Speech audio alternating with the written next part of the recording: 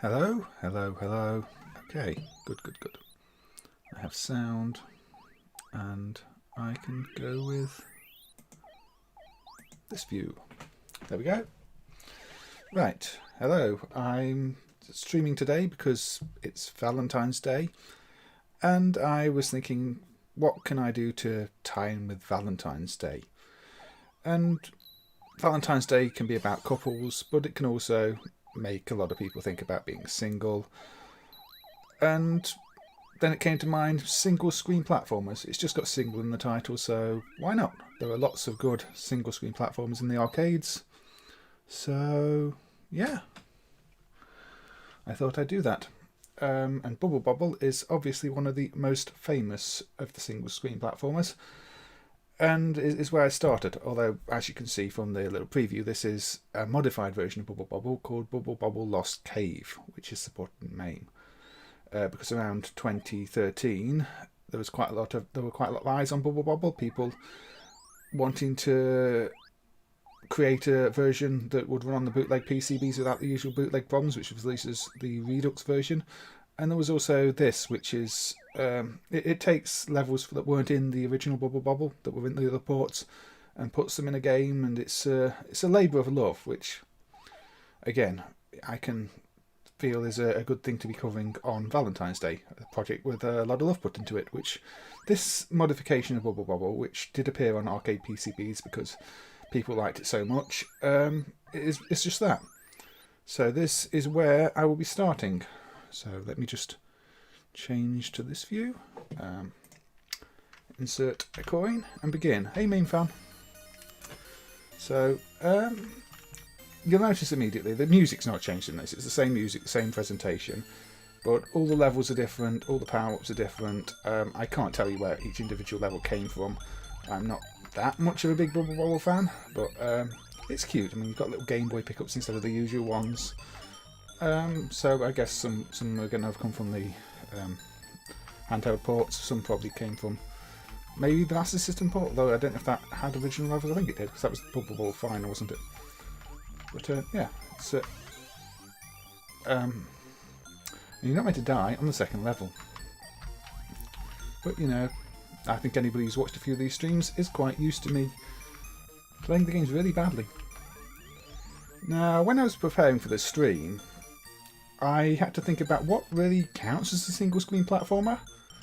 With the first one that comes to mind is always Bobble. But then there were clearly other games. The original Mario Brothers takes place on a single screen. And then you've got Nintendo's Donkey Kong. Is Donkey Kong a single screen platformer? Initially I was thinking, not really. It's got different mechanics than I consider single screen platformer. You're not clearing out a level of items. It's more of an obstacle course, apart from sort of the rivet stage, where you've just got to get to a part of the screen, avoiding things. But in the end, yeah, I guess it's still a single screen platformer. Then puzzle games, Load Runner. Is Load Runner a single screen platformer? Do you have to jump for it to be a single screen platformer? I don't think so. Space Panic, I would say, is a single screen platformer, and that's ladders and no jumping, but you do cause things to fall down holes, and there are platforms. Snow Brothers is definitely a single screen platformer. That was one of the other ones that came to mind immediately. So we will be looking at Snow Brothers later. I think maybe I've even spent more time playing Snow Brothers than Bobble, which is surprising. But with Snow Brothers, it's a driver in MAME I'm quite familiar with, because so many of the Korean games were based around clone Snow Brothers hardware. Yeah, Mikey's not a platformer, but there are lots of hearts, and you've got the Hard Day's Night soundtrack, haven't you? There is another platformer which I've decided is a platformer with plenty of hearts. If anybody can guess it, then you know there's no prizes, but I'm interested to see if anybody knows which one I'm talking about. Romantic Jesus. I almost shaved the beard today, so then I don't know how Jesus-y I'd be then. You can have my blessing on this Valentine's Day, you know, as long as you're doing good in the world.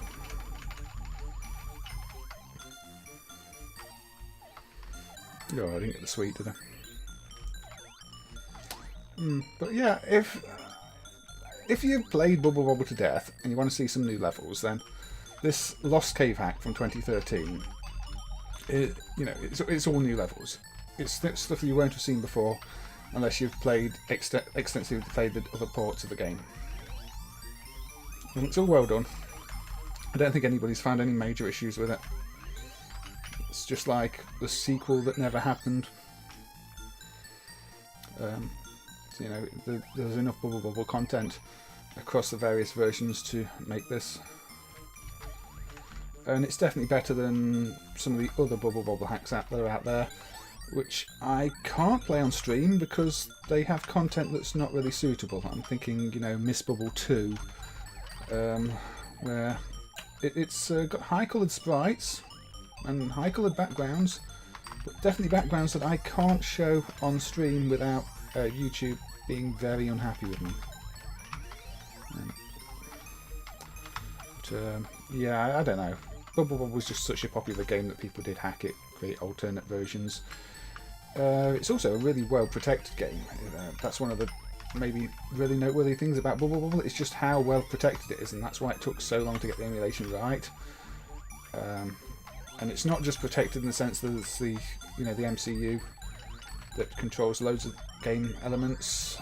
It's also protected in the checksums all over the code. So if you modify the code in any way, the game is liable to reset and crash because it's checksumming little parts all the time based on events happening in the game. So a lot of the bootlegs that are out there are broken in ways the bootleggers didn't anticipate because they missed checks, and that's beyond, say, enemy AI not working the bootlegs. That was one of the reasons for that Redux version I mentioned, is so that people who were unfortunate enough to have a bootleg PCB, which are just as ridiculously expensive as real PCBs, can run the game as intended on it. And at this point the original version is not really commercially viable, and I'm sure if the developer was still alive, he would probably rather people play the game running as it should, not just crashing because it missed protection check. I mean, the protection served its purpose back in the day and stopped everybody having a legitimate seeming copy, but it didn't stop people bootlegging it. So maybe it didn't serve its purpose, but it did make sure the bootlegs weren't quite right. For example, these cookie throwing monsters in the bootlegs, most of them don't throw cookies because that is part of the protection. The randomization of the extend letters is part of the protection. There's all sorts of little bits all over the place. But yeah. There's Bubble Bobble's been cloned many times. The ideas behind it as well. There's one I'll be looking at later. Oh look, here's an almost heart level in this version. There's recently was added the Super Bubble Bobble game from Sun Mixing, which ran on Mega Drive hardware. That's one I'd been hoping would turn up for many years because I knew about it from emulating the actual Mega Drive version of that. So it was actually really interesting to see how the arcade release of it differed. It's the same developer. I don't know which came first. But yeah, I will have a look at that one in a bit too. But this is tougher than the original Bubble Bobble, and I'm slightly less familiar with it. So that's why I'm already on my last life and only on stage 13. Get to 14, and it's the 14th. So that's something. Sorry for not remembering the monster names. I'm not good at remembering. They're just the cookie monsters. That's all they ever were. Growing up, they were the cookie monsters. Round 14. Not a round to be proud of when you're playing Bubble Bobble, but say I'm not that familiar with the Lost Cave version. They haven't added a continue feature or anything, so you die.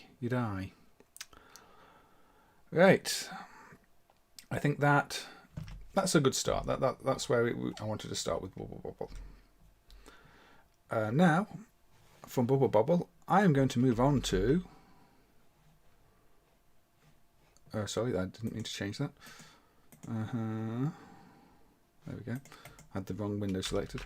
I'm going to move on to Bobble. Yeah, it's very much a couples game, really, isn't it? Because you have to have 2 players to properly complete it. You can't get the proper ending without 2 players. And that is the thing with a lot of single-screen platformers. They are games that are better played with somebody else because they suit it, everything going on a single screen, not usually much scrolling. Some have scrolling, which I don't know, again, if it disqualifies them from being single screen, but if you could envision it being a single screen, even there's a bit of scrolling, I've counted it. So, yeah. I wish up and down didn't move between things in OBS like that, but it does. Anyway, from Bobble, I'm going to go to Bobble. Kind of.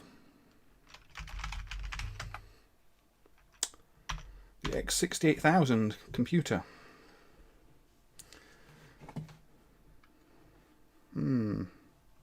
So this will have to load because it's loading from disk. But this is quite a special version of Bobble for a reason I'll show you shortly.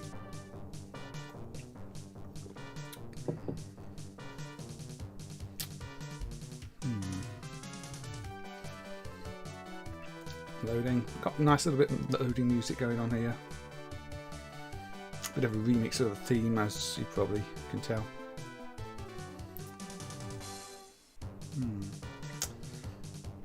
Here we go.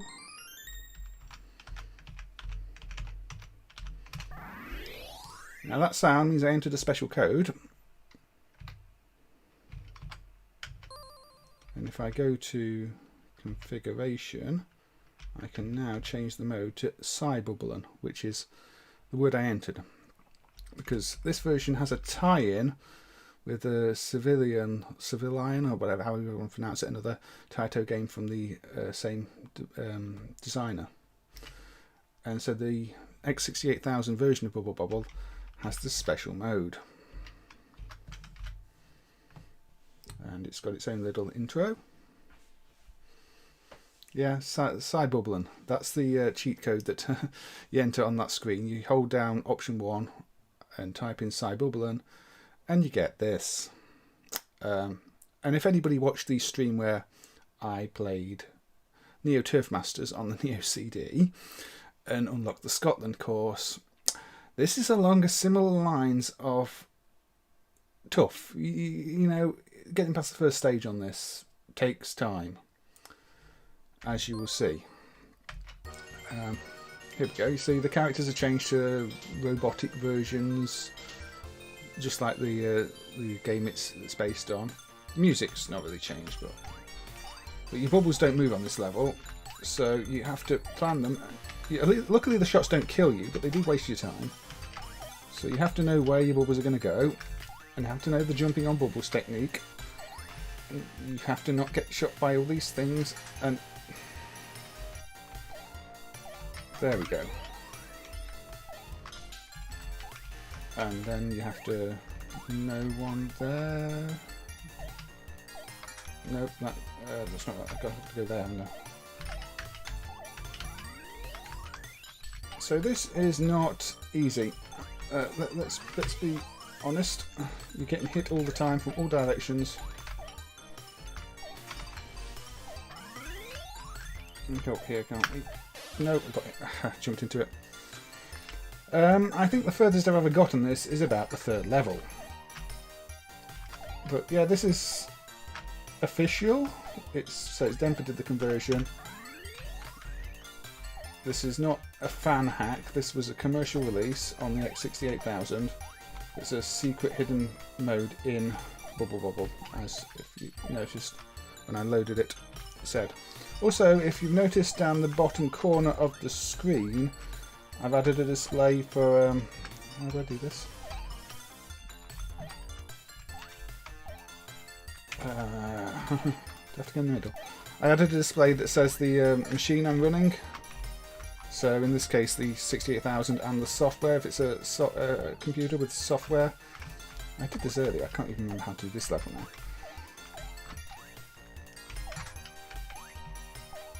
There we go. Nope, got it. No, back down the bottom. I mean, it's a good job those shots don't kill you, because then it would be even more of a nightmare. Well, I can jump in, just jump away, can't I? It's this one I can't do. I can just do that. So I'm still on level 1.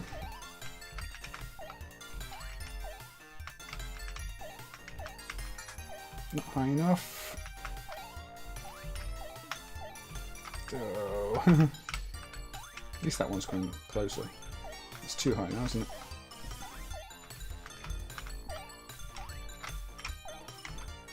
Okay, yeah, you just come to me. That's far easier.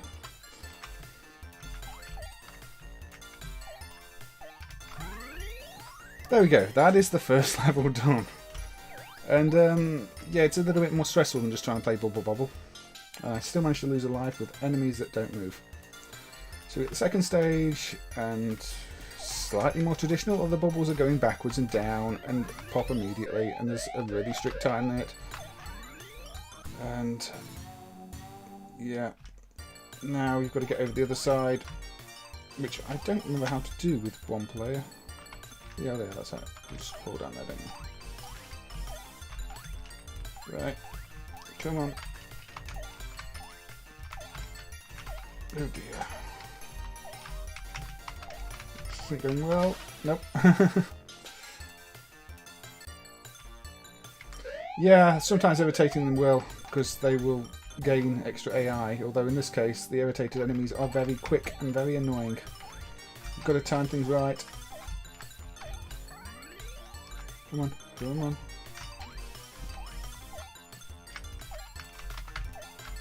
There we go. But there's still one left. I thought I'd got them all. Apparently not.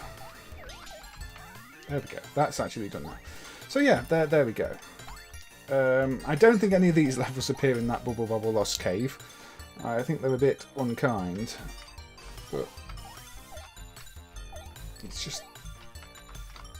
There are only 20 levels in this, although I have to say if anybody gets to the 20th level, well done.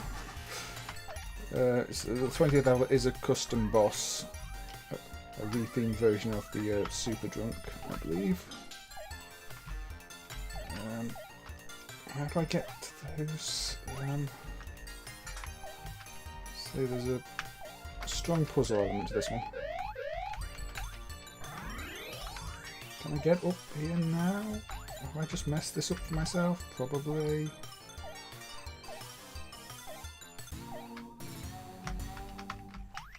How do I get to those ones?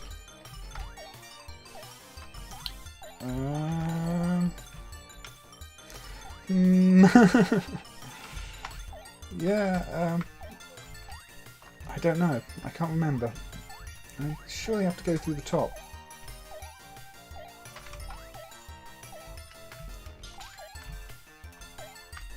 Oh dear me. And all the time I'm trying to avoid this hurry up boss. Not boss, but you know, invulnerable enemy. $100? Are you sure, main fan? That's a bit much. I mean, thank you. I'm not expecting people to donate that type of money on the super chat. I just literally enabled it so that if people want to buy a drink, they can. I mean, that's wow. Okay.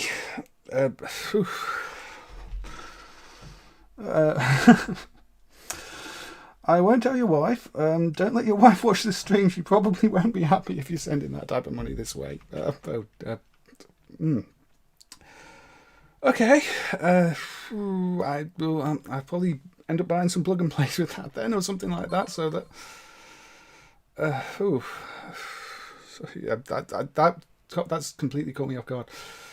Oh, well, thank you. I mean, you know, I know main fan is in your name, main fan, and yeah, yeah. So, sorry, I completely lost track of what I'm doing now. We're still on silver, but yeah. Okay. Okay, this was side bubbling anyway. If you want to try that, it does run in the X68K driver. Okay. I mean, I try to, I try to spend it on something MAME related. I mean, we just picked up a few more plug and plays, and the prices of those are creeping up. So I try to put it to good use. I know the plug and plays aren't for everybody who enjoys MAME, but they're something that needs preserving. So they're what I've been looking at recently. But yeah, thank you. It just means a lot because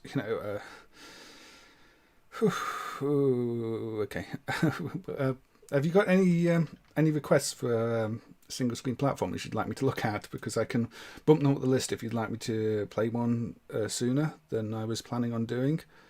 Because obviously that's quite a hefty donation there.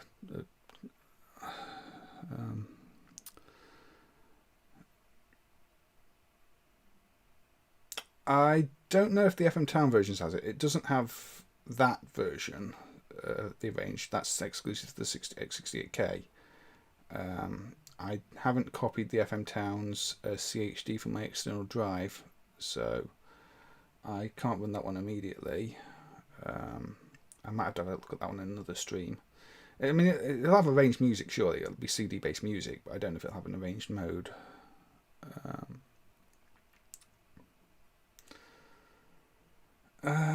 I'm sure I must have come across some of your videos when I've been looking at things. Say, MAME fan does sound familiar. I do look at a lot of videos. Okay. Nobody guessed the other game. This is a single screen platform with hearts in it, did they? Or I missed it if they did. I mean, here we go. Nintendo's Popeye. This feels like a game to play on Valentine's. You've got to collect the hearts from olive oil. Now, is this a proper platform game? I mean, it's got platforms, it's got ladders, stairs. I'm 50-50 on this one. The mechanics aren't very platform-like, but it does have platforms. And it is a classic. And I fell off the platform. So, it's got gravity. I think that was one of the things I was thinking. If it's a platform game, it's got to have gravity. You've got to be able to fall down, go up, go down. Yeah. It's just not one of the ones that immediately comes to mind when I'm filtering through platform games in my head. It's an interesting piece of hardware. If you haven't noticed, the sprites, the way the sprites are masked is odd. They've often got black squares around them, just the way the rendering works. Oh dear. This was also one that I believe runs in interlace mode, hence the high resolution. So that's why you've got line effects sometimes. But you see Popeye there, when I died, there was a black box around him because the sprite hardware is actually quite primitive on this. MAME didn't emulate that for a long time, just treated the sprites as regular sprites. I'm not sure the effect is perfect at the moment, but it's definitely more accurate than it used to be. I can get past the first level. This is one that I've played more of recently because it's on a lot of the NES bootleg plug and plays. The NES version with hacked up graphics. It's quite odd to see because you can still tell it's Popeye. They've still got the Popeye music, although I think they've corrupted it slightly so it doesn't quite sound like Popeye, but you can still tell it's Popeye. You might get to see a second level on this. But you always get the little jingle when you get the spinach and you go punch. Let's It's Bluto, isn't it? Or Brutus. I think the name changed at some point. See, the Popeye game I'm most familiar with isn't the single-screen platformer. The one I associate most with Popeye is the Spectrum game, which is the sort of adventure with massive sprites, if you want to call them sprites. Moves at an absolute snail's pace, but just that look it had. That look it had with the massive sprites. There was nothing else quite like it, apart from the games by the same developer, of course. You've got Flunky, and I think it was Trapdoor, the same developer. They scaled down the sprites after a while, got a bit more speed out of things. But, I swear I've got worse at this game since I last played it. But anyway, this is Popeye, and there is a second level if you can get there. It's probably because I'm trying to talk and discuss things at the same time. It doesn't really work, does it?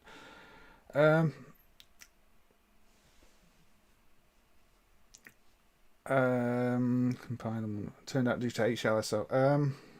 What was the HLSO bug? I mean, I know it doesn't work with some Laserdisc games, if that's the issue you're talking about. Never really has. But again, thank you, main fan. Say if you've got any suggestions, I don't think I missed one. Hey Edson. That was Popeye. I should have done better. I put that one on because it was the Valentine's theme with all the hearts and everything else.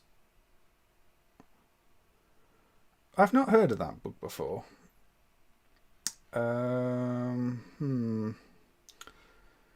I thought the Vector HLSO worked quite well for doing blurry, not blurry, glowing vectors, but maybe it does overdrive it a bit too much by default, or maybe is it ignoring the vector intensity entirely? I'll have to have a look. I have not looked recently. And hey Christian, how are you doing? So this is, let's say, the special of platform games, single screen platform games, and I've got a list of a lot of platform games. Some that I like more than others. Shall I put... Probably, other than the Snow Brothers, the game I associate most when somebody says, what's an arcade, a single screen platformer all about? And that is Data East's Tumble Pop. Yeah, matching vector monitors on a PC monitor is really tricky. It's one of those things that I don't think anybody's got quite right yet. Although I did think it was closer. I mean, the whole way MAME does vector stuff at the moment isn't ideal. It's sort of grouping up things as if it was a normal display, then drawing the lines. When in reality, you've got the beam moving all over the place all the time. So I think it probably needs at some point a complete rethink of how it's done.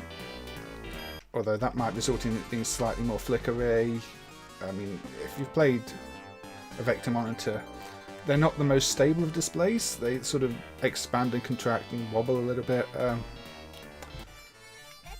Yeah, I'll have to have a look at that. I mean, not now, and I'll have to report to the people who have done the vector-based HLSO if they're interested in improving it. Although I think they're taking a bit of a break at the moment.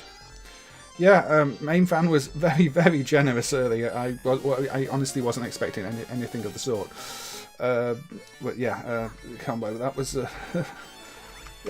really, really caught me off guard about it. Anyway, Tumble Pop. This is the first of what I would call the Data East trilogy of single-screen platformers. They started with this, and then you've got Diet Go-Go, and you've got then Joe and Mac Returns. And they're all great games. This one maybe is the most famous to me because there are a lot of Korean games that clearly take bits of the code of this and hack it up and present something as its own game, their own game. I'll look at some of those later. Coman's Jump Kids is one of the most obvious. But there are a few more as well where there are more significant changes so they don't feel like the same game. I think some of the Unico ones, Fancy World, might have some code from this in. They feel very similar. This is a fantastic game. I love it to bits.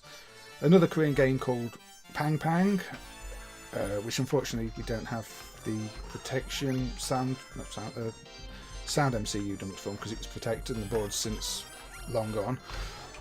That's a hacked up version of this. I'll put that on later as well.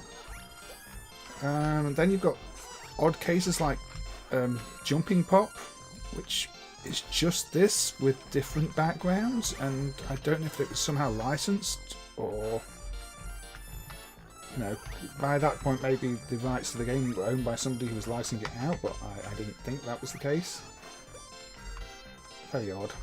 But then the general hardware design, the State East hardware, was used by so many Korean boards, more than the Snow Brothers type hardware. They're, you know, not direct clones all the time, but the same sprite systems. So many things I've emulated and looked at the sprite layout in memory and gone, that's the same layout with that attribute there, the tile number there, and everything else as Tumble Pop. And then you find the rest of the hardware is quite similar too. I'm usually far better at this game, but dear me. But, yes. Again, I've not played it in a while. I've got all these games that I really, really do enjoy, but I end up playing them so infrequently that I get worse than them every time I play them. I looked at Little Robin on another stream, which is very similar to Snow Brothers, although that's not a hack or anything. I'm not going to cover Little Robin again this time because I did look at that last time. But yeah, Tumble Pop.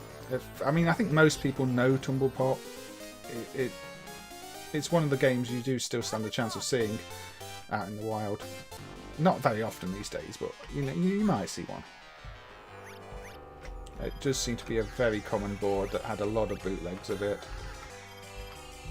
and you know, it was. To me, this is just as iconic as an arcade single-screen platformer as Bobble, even though this didn't get the home ports, so I don't think it's famous in the same way. I don't know why I didn't get the home ports either, because you know, you could have put this on the Mega Drive quite easily, but the Mega Drive didn't have many single-screen platformers. And I think I was thinking about that when I was preparing the stream, because I've said before that, you know, Wanny Wanny World on the Mega Drive is one of my absolute favourite games on the Mega Drive. And that got me thinking, why? And I think it comes down to it being one of the only single-screen platformers on the Mega Drive. In fact, off the top of my head, I can't think of any others apart from the unlicensed Bobble. So maybe it's that. Maybe that's why it's one of my favourites, although it is ridiculously cute beyond that. Probably won't look at that this time, because again, I've covered it in one of the episodes I've done. I think it might have been about a year ago, but maybe I will. I mean, I don't know. Again, it's one you really want two players for, because you're helping each other out in that, because it's a Space Panic clone. You want people to make holes for you on the other side of the screen.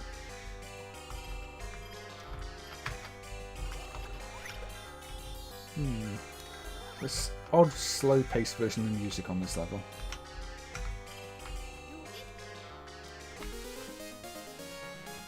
Chack'n Pop, it's not on the Mega Drive though, is it?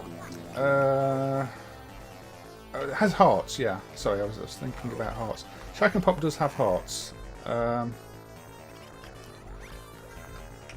Is Chack'n Pop a platformer? It's... You're walking on the ceiling... To me, Chack'n Pop's more of a maze game. I mean, it is a single-screen game. It does. I guess it has gravity because you put your bombs down. I guess Chack'n Pop does have to count as a single-screen platformer. It just to me in my head, it's a maze game, but yeah, it is a single-screen platformer. And that's another one that's in all those the bootleg NES things. You've got a Dream Gear little mini arcade unit that's got a hack of that in. Again, I guess Taito haven't noticed or don't care. Yeah, Chack'n Pop. I mean, because it's Taito. I mean, Fairyland Story doesn't have hearts, does it? Does Chum Kids have hearts? I've got this image of a between level cutscene with hearts in, but that might be my mind playing tricks on me.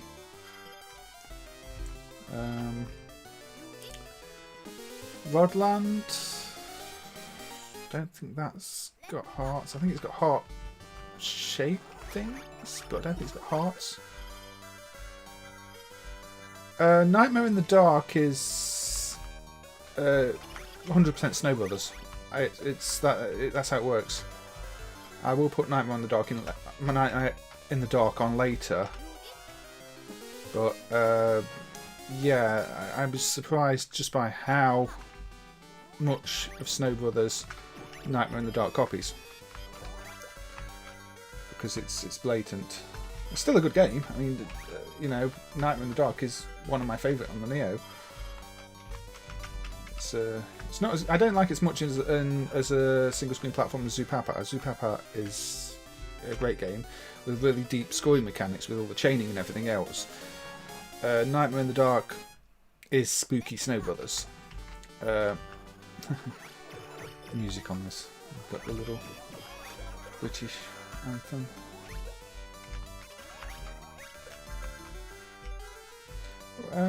I'm sure everybody's played Tumble, haven't they? I don't think I'll play too many stages of this. I'll probably play to the boss of this, and then we'll look at some others. I might jump to Snow Brothers or Nightmare in the Dark actually. Or should I go for a home game again? In fact, I'm dying, so you know, I'll end Tumble Pop here. I might come back to Tumble Pop later. I think most people are familiar with it, and I don't want to play too much of it. Right, so I'm going to actually fire up Snow Brothers quickly, but not play much of it. But just to you know, help with the point I'm making. Snow Brothers. I didn't emulate Snow Brothers myself. I did add the Winter Bobble bootleg. Was one of my earliest contributions to main, like about 20 years ago, which uses different sprite systems. Anyway, yeah, Snow Brothers. You throw snow at things, you turn it into balls, you push the balls. You can get caught in the balls. Those are the mechanics of Snow Brothers. I will come back to Snow Brothers later because I do want to play it, but Nightmare in the Dark was mentioned. I put Chack'n Pop on later as well, main fan if you want, because yeah, I think now it wasn't on my list, but I'm going to call it a shoot 'em up single screen platformer.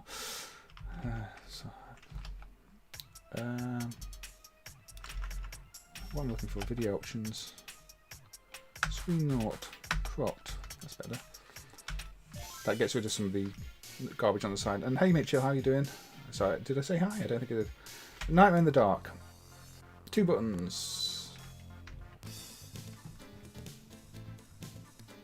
Yeah, the Neo Geo right-hand borders, left and right borders are a mess. I don't know why, because the hardware does output the full resolution. But so many of the games just have messy borders. But here you're throwing like fire at things, making balls out of them, and then you're throwing the balls around. It's Snow Brothers, but with fire instead of snow, and a bit slower paced. Name is terrible at emulating games. Depends what you're emulating. It's not perfect at some things, but it's pretty good at a lot of things.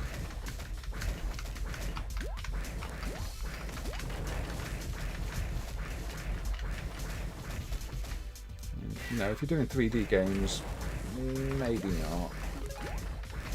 If you're doing 80s, 90s games, yeah, I think it's pretty good. If you're doing consoles, some of them work better than others.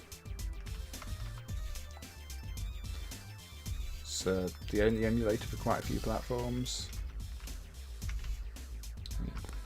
It depends what you expect from it.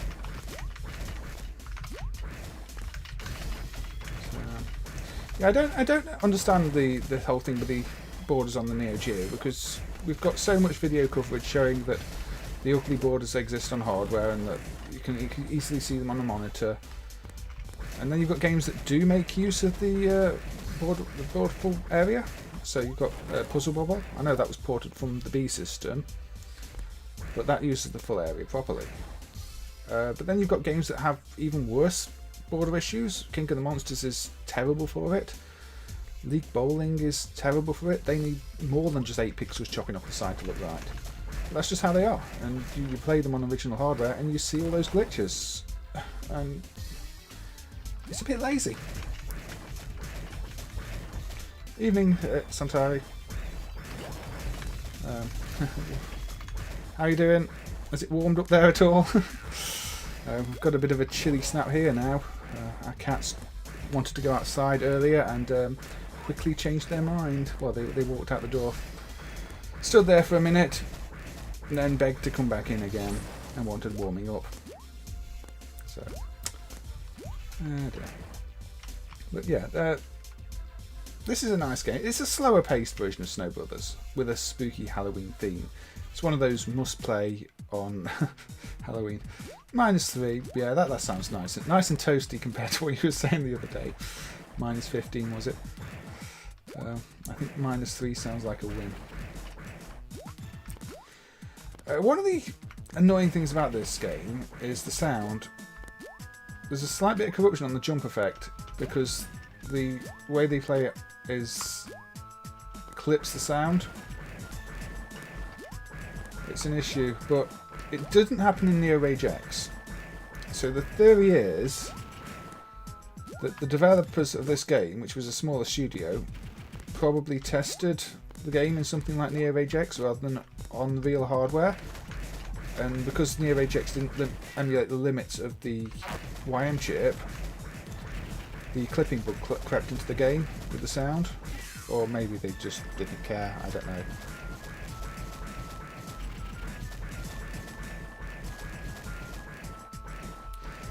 Yeah, A Nightmare in the Dark, you forget it's one of those games with encrypted graphics. It's one that's become more liked years later. At the time, yeah, I think it's because Neo Geo is all about the big fighting games, isn't it?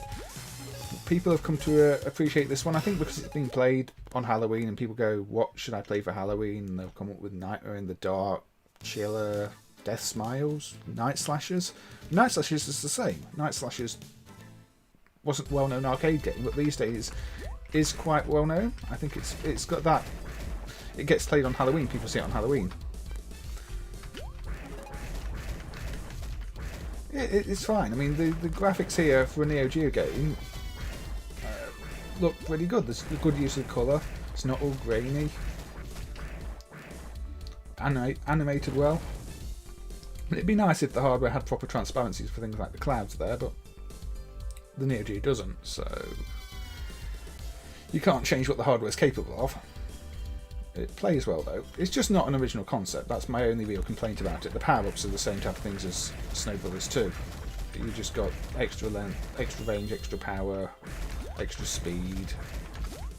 You know, the whole chaining of the snowballs, fireballs works in a similar way.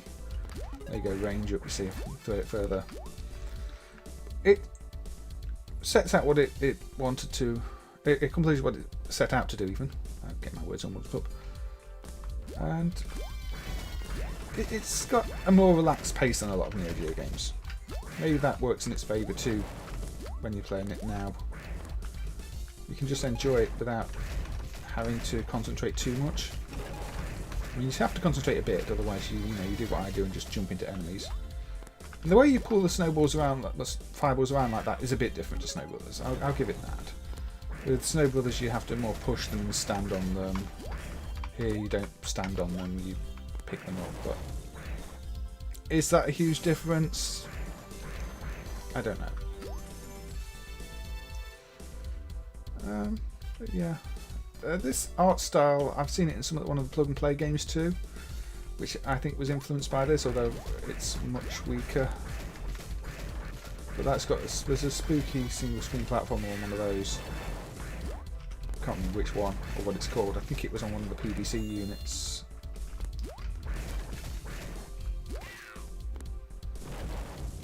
3D Arcade.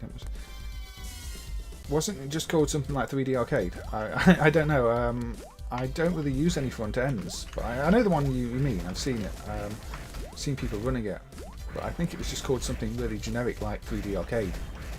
You know, it does what it says on the tin type of thing. And I know somebody did do a big long sound. The stream's buffering for you. OBS is showing no dropped frames, so I'm not sure why it'd be buffering for you. Maybe it's a YouTube issue, because the connection is absolutely perfect this end. Unless it doesn't like the rather more complex background I've got going, but it's static, so it shouldn't affect the video encoding. Yeah, it's probably just YouTube playing up. Maybe everybody's watching romantic movies on dodgy YouTube channels or something because it's Valentine's Day. I don't know. But yeah, I think unfortunately, main fan, it's probably YouTube playing up because I'm definitely sending every frame. In fact, usually I get more drop frames than this. It's doing well today. I think that's because I've told everybody else here that I'm streaming, try not to bog down the internet.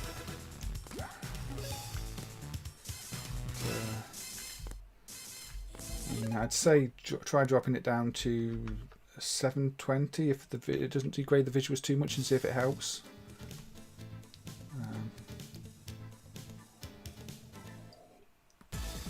Yeah.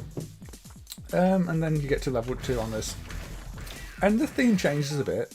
Maybe that's one of the things with this compared to some of them. The themes aren't quite as distinctive because they're all horror based.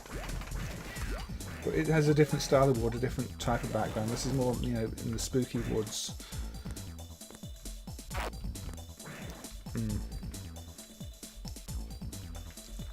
So, but yeah, you can sit and play this, you can enjoy it. Again, if you've got 2 players, it's even better. Local 2-player play is so rare these days, nobody really considers it. It's like, do you want to come over and play some 2-player games? Unless it's a racing game. Most people don't. Even now, most of the racing games are online only. I have to dig out the PlayStation 3 for a lot of them. I mean, it's just a shame, because that's what made things like Mario Kart famous in the first place, was the local multiplayer. But so few games are doing that now, and so few people seem to want to do it as a result of it just not being a thing anymore. You've not missed too much, Leo. I mean, I've only been streaming for apparently 52 minutes. But I think about 5 minutes of that was me being sort of overwhelmed by main fan's donation earlier. So it's you've not missed too much. I played Bubble Bobble Lost Cave. I played the X68K version of Bubble Bobble and looked at the special remix mode in that. I had a bit of a look at Tumble Popeye, which I did terribly on.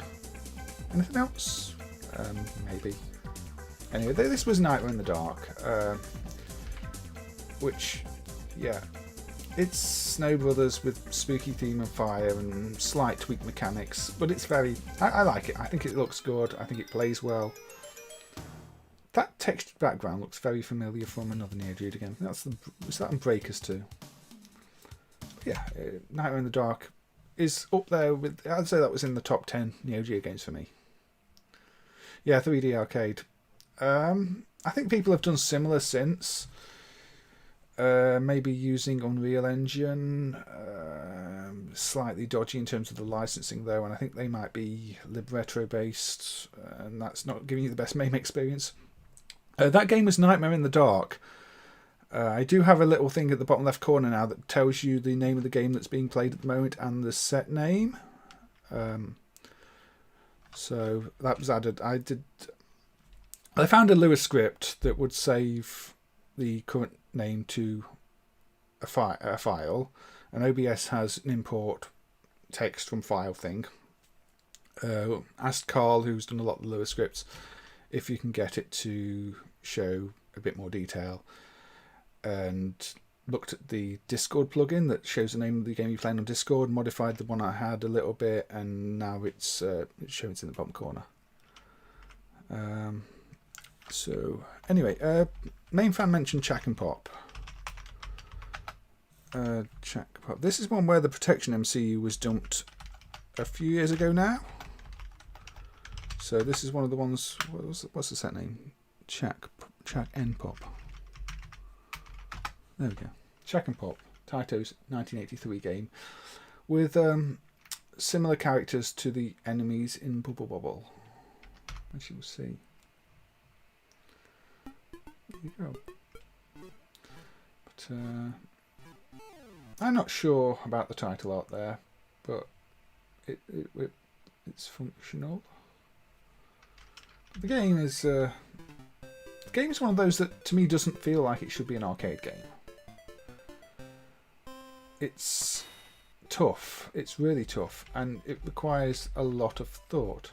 This is the tutorial level, so you know you've got your bar pressing. You got your left and right bomb, and I used the wrong one then and killed myself. The training stage is over, and you failed it. This is Dark Souls all over again, isn't it? But yeah, you walk along the ceilings, or you fall. You can jump to the ceilings, go back to the floor. And Taito tried some quite experimental stuff from time to time. There was another game that didn't get released called Bygone, where it's got odd mechanics where you a springy thing going along the ground, and you can in places go up to platforms and down from platforms.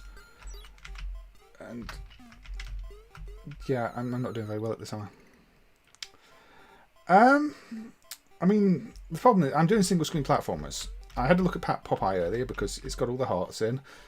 Main fan suggested this one because it's got the hearts in. But are there any other Valentine mood single screen platformers? I'm doing this one. I'm doing this because doing single screen platformers because Valentine single. I'm single for this Valentine's Day. You know, why not? Yeah, it's got. I mean, this came before Bubble, so these enemies were taken from here and put into Bubble. That's you know, it's part of the Bubble history, the expanded universe, however you want to refer to it. Like so many Taito games are, you can draw lines between many of them. But if you have any single screen platformer suggestions that are more Valentine's related, then yeah, I'm happy to put them on. This gets there's so many enemies on screen at once in this as well. It's not an easy game. You know, the other alternative for Valentine's stream would have been all the dodgy adult games, but I think YouTube might have complained a little bit, and I don't really want to lose my channel. Top Down's not really single screen platformer. That's what I was talking about, the criteria I was going with to decide what counts, and I think up has to be up, down has to be down, and sort of a gravity type situation. Yeah, Frisky Tom. That's one of those games where it doesn't really make sense to have that content in there, and obviously that excluded it from my list of what I can even really cover.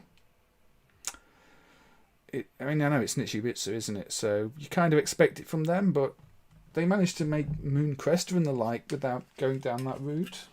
So I don't know why it's in Frisky Tom, but you do get odd games with adult content in. I mean, the Namco, no, it wasn't developed by Namco, but I think it's SOS.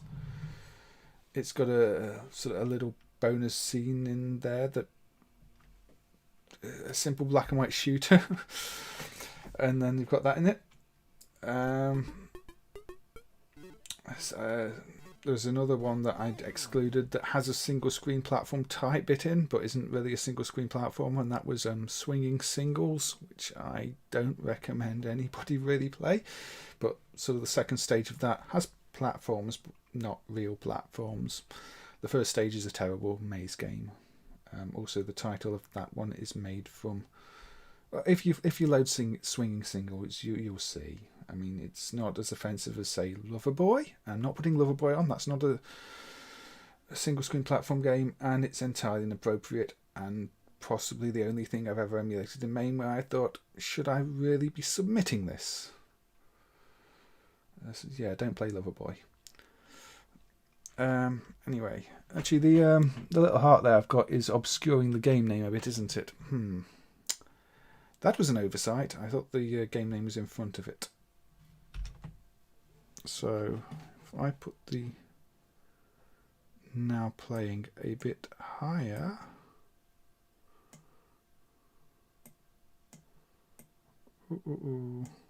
that might help actually. Pack Heart, it does have hearts, but it's not a single screen platformer. See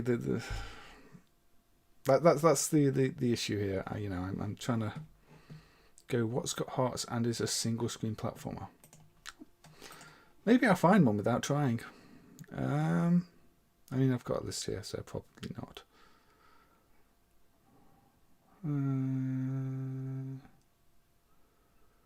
Right.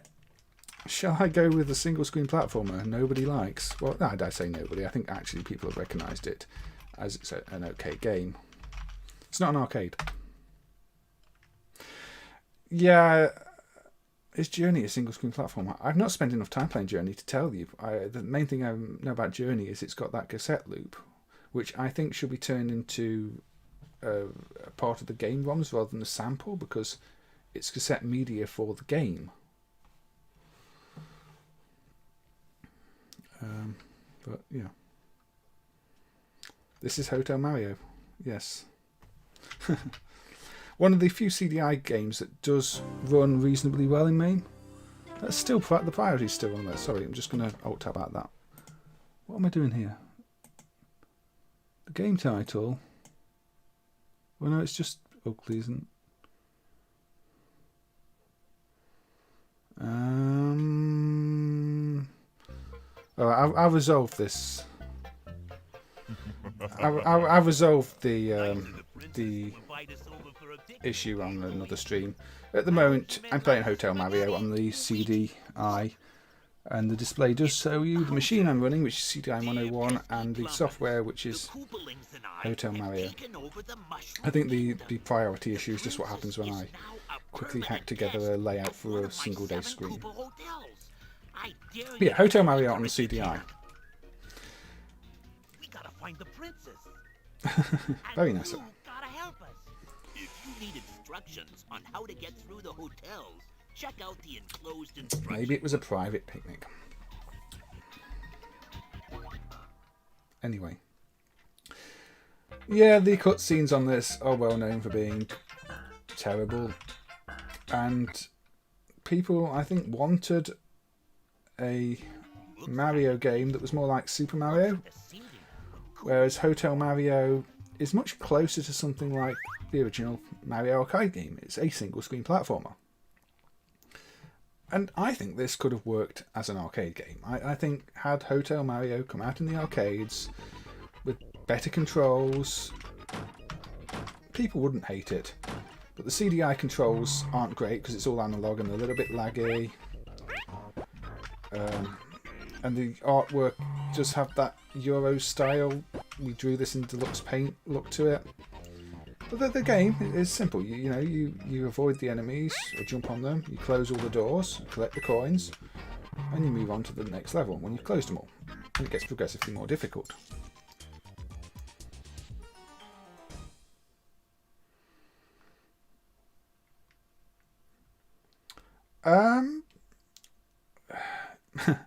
I'm guessing it's translated MAME to mummy. Mame mummy. Daytona doesn't run satisfactorily. The Model 2 emulation isn't perfect, no. It has improved over the years, but yeah, if you want Model 2 emulation, I would still recommend Elsemi's Model 2 emulator, as long as you can get it running. I know it does have some problems on some PCs these days because it's quite old and not fully compatible with every graphics card you can find, and has a few problems on some 64-bit systems.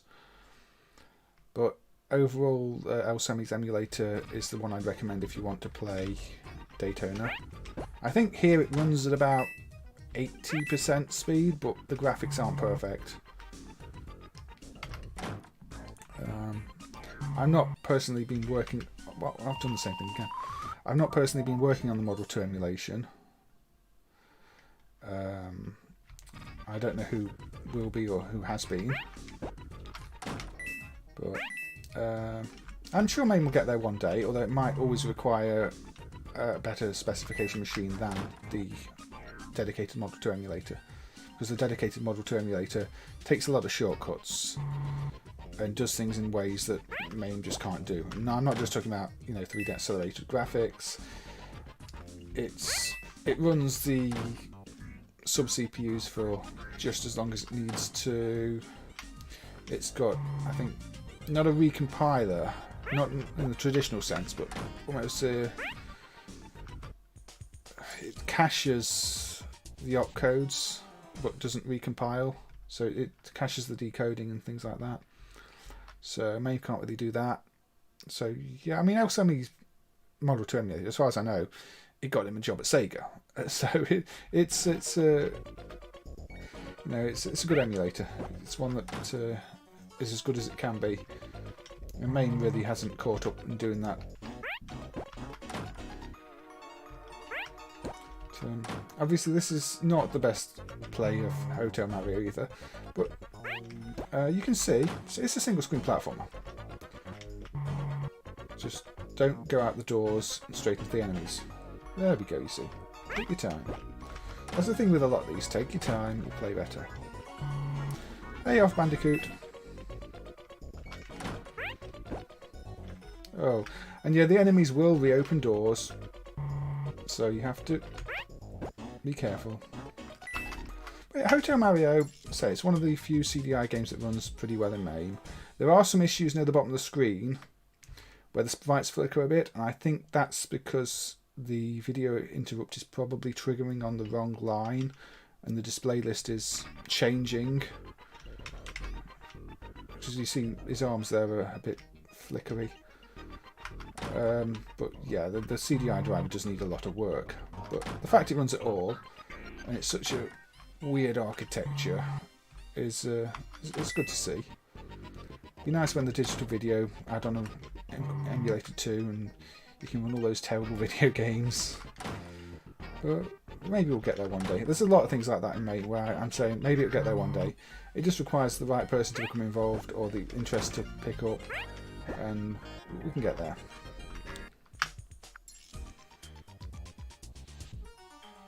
And also, Edson, don't worry if English isn't your first language and you're putting things through translator, or don't worry if you're just lurking and just watching.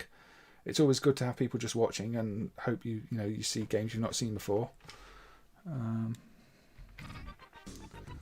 So, I mean, a lot of people don't look at MAME beyond the arcade games, so might not know that they can fire up Hotel Mario and have a perfect playable game in it. And if there's somebody just lurking who wasn't aware of that and is aware of that now, job done. I've shown something to somebody who wasn't aware of it, and they might use it in the future, and maybe they'll become interested in developing in the future and improving it in the future. But if not, just enjoying it. I mean, I appear to have lost all sound. That is clearly a bug. But like I said, the CDI emulation is not perfect. There we go, it's back now. You do have to be careful on this not to jump into things that are above you too. But I think, is that my last life? I can continue, or I can not continue. I'm not going to continue. I wanted to show Hotel Mario because it's one I've enjoyed a fair bit of.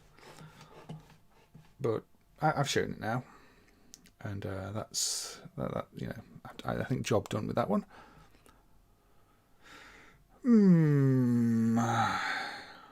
Right, Rodland.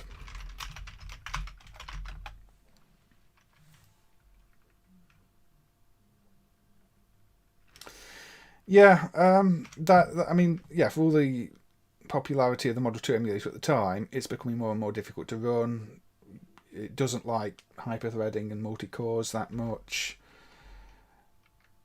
whereas MAME's approach is slow but stable and steady. It just has higher requirements and takes a lot longer for people to get there.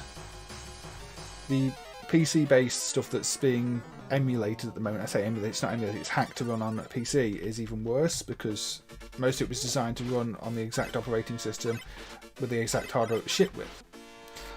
And as soon as you're trying to run it on a different graphics card, even though it's, you know, it's DirectX, it's not quite right. So you've got people having to hack the code, hack the graphics, hack this, and nobody's distributing unmodified versions of it. So if you want to repair arcade machines, you've only got hacked images, you can't use them. That whole scene is a mess. You know, you can't find the proper materials. Hey, Crazy.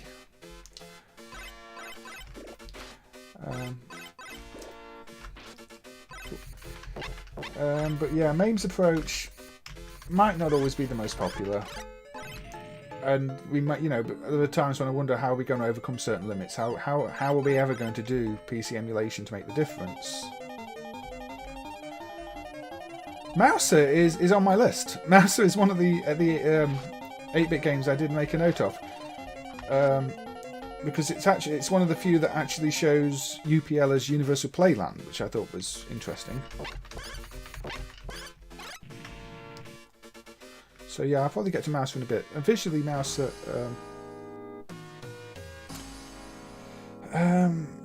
as last time, Crazy, I don't think Diego and Dora have any single screen platformers. I will be doing a more generic, you know, anything goes stream in a bit, but I don't know how I can fit the Dora game into this one.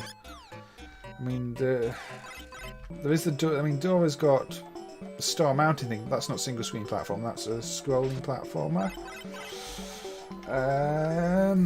I did have a look. I did have a look to see if I could find any Dora or Diego single screen platformers, because I had a feeling you might pop by, but I couldn't find any. I mean, maybe I'm just not aware of them. But I mean, I found the sports game. We've got the football game in the game key, but again, not single screen platformer. So I don't know. And educational games aren't usually single screen platformers. Now, one of the issues with Rodland is what you saw there. It's got horrible slowdowns. The home ports of this game didn't. The home ports of this game are much better programmed than this arcade version. And with 2 players, the slowdowns in this just become unbearable. I don't understand how Jaleco managed to make a game that runs so badly when they've got a dual 68K setup.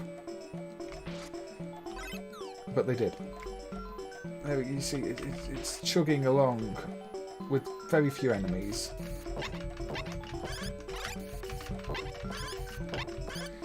And there are other issues with this as well. You can't climb off the top of a ladder when it's at the top of the screen. On the home versions you can, which makes it easy to avoid enemies if you're at the top of the screen. It just feels like the arcade version didn't have the time in development it needed. Whereas unusually the home developers realised, you know, they could improve the game. And on things like the Amiga, Rodland is considered one of the real classics.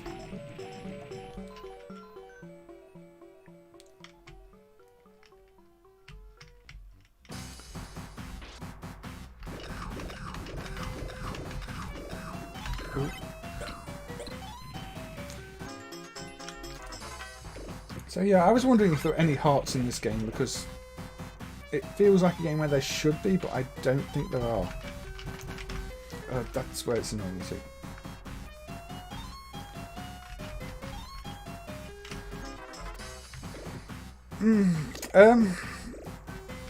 Where did you grow up, Ray? Because for me, I had this on the Amiga, I had this on the Amstrad, and I know for the UK home computers, at least, this was a popular game. But maybe outside of that scene, it wasn't. Thank you, Crazy. The heart is actually taken from Bobble. It's one of the stages. Stage 13 in Bobble is the heart, and I sort of clipped it out the graphics and put it there, and then did a weird filter effect with it, and thought, this will do. I actually better get on with streaming now. Southern US. Yeah. So, I mean, I'm mid-UK still in the same town I was born. Same house I was born, actually, now, because we moved back a few years ago. But, yeah, maybe in the US, you didn't really see as much of this. And it's one of those where it was more famous here because it was on the 8-bit and 16-bit systems.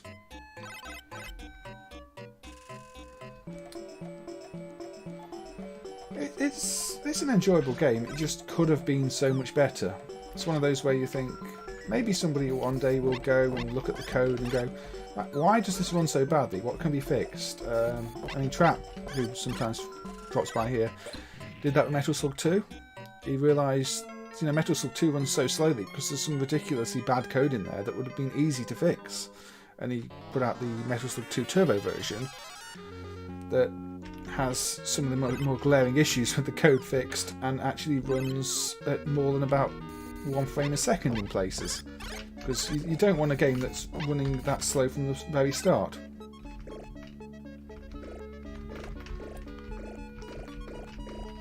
So yeah, the proper classic ones, the 80s ones, more so than anything from the 90s.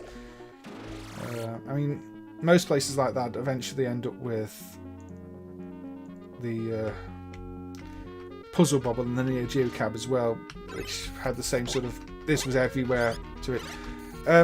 Yeah, this game is called Rodland. The 8-letter set name is Rodland, and this is the world version. It's the first set of that, and that's what the display is in the bottom corner. So if you're running in main, you run with the set name Rodland. If you've got the GUI version, you can look in the GUI for the Rodland World Set 1, and that is this game if you're interested and have the ROMs for it and everything.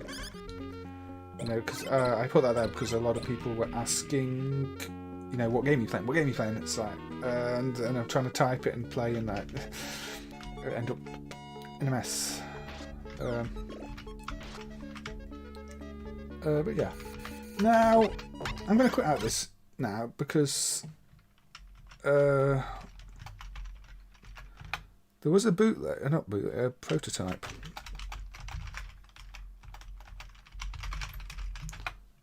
Return, that's the one.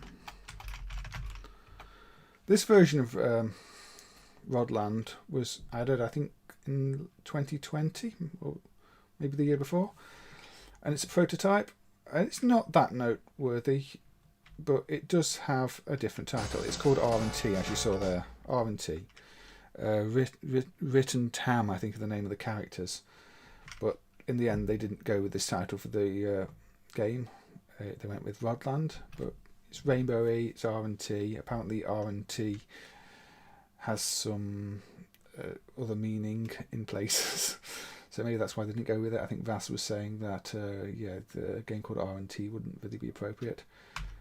This has quite messed up sound. The sound ROMs on the board seem to be incorrect, mismatched, or in the wrong places, so it sounds quite bad.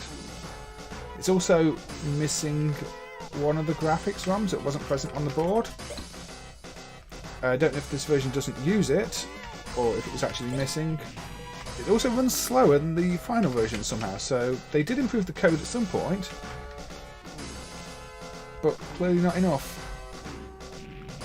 But yeah, otherwise it's Rodland, a slightly worse version of Rodland. But yeah, it really chugs along more than the final version. The sprites seem a bit smaller in places to me. I've not really spent much time in this prototype version. So,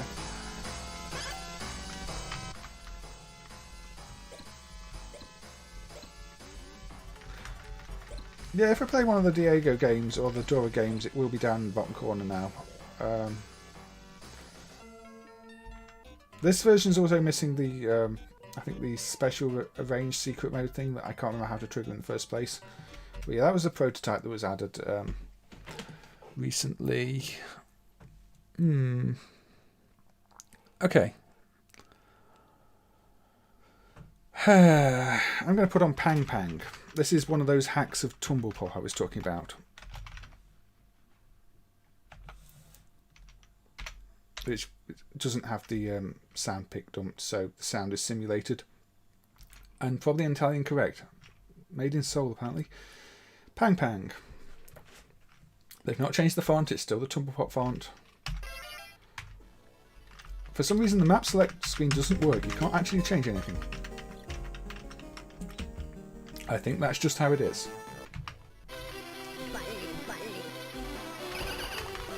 But in this, they've changed it from a vacuum cleaner to a gun, but then it turns things into bubbles like Bobble, but they bounce and you shoot them again. So it's a very strange hack. And yeah, the sound is probably wrong. I don't know which tracks are meant to go on which levels, and they're terrible sound loops because that's what the bootleg hardware's like. But you can still tell it's Tumble Pop. You can tell it's, some of the graphics aren't changed. And we've got Christmas music now. And it says, how ridiculous at the end of every level. And I don't think they could have put a more appropriate message for what this hack is than how ridiculous. They must have known. They must know. Also, the Pang Pang collection thing at the bottom. When it said Tumble Pop, it worked because each letter was unique. Now it says Pang Pang. If you pick up a P, you don't know which P it is. You know, when these hacks were made, yeah, it's probably not meant to be playing We Wish You a Merry Christmas on this level. I think that's probably meant to be for the wintry snow zone that it's playing here. Now the platform's invisible. But yeah, I did a sound simulation because like I said the sound pick isn't dumped. And I think the sound triggers I've used were based on a Tumble Pop bootleg that also had a pick rather than a proper sound CPU. And the mapping seemed correct there, although you know, there were songs missing because the bootleg didn't have all the songs in sound loops. But this version probably had a different internal ROM for the pick, so the sound mappings probably aren't quite correct. So it's just a mess of lots of sound, including Christmas music, where Christmas music really doesn't belong. I did want to see the pick for this decapped, but the May Metalia guys who dumped it many years ago had since got rid of the board, so we have not seen the board since either to actually get it decapped, unfortunately. Because at the time when it was dumped, it was just like, well, picks can't be dumped, we'll have to make do with the sound simulation, and that was it. And now picks can be dumped with decapping techniques. Kind of wish that the board was still available for somebody to do that, but it's not. And since it's not showing up again, and I bet if it does, somebody want ridiculous money for it, because everything uncommon these days, no matter how bad, is ridiculously expensive. I don't know if it'll ever actually get done. Best we can hope for is somebody does find one, makes an original hardware video, and I can fix the sound mappings based on that, I think. Unless one just shows up randomly as a junk board, not working board, find out it's this. That happens from time to time.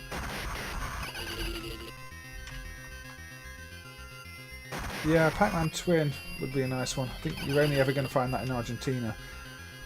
There was that Club Pac-Man thing that was recently, the emulation improved, that's got a 2-player option.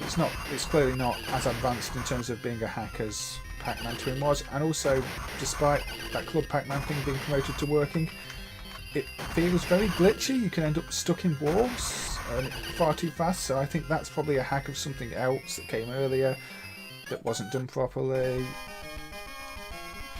What happened in this game?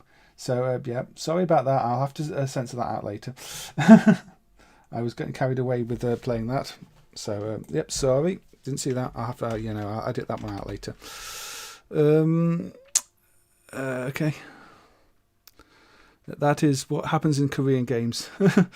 Sorry to anybody who was watching there. That was unintentional.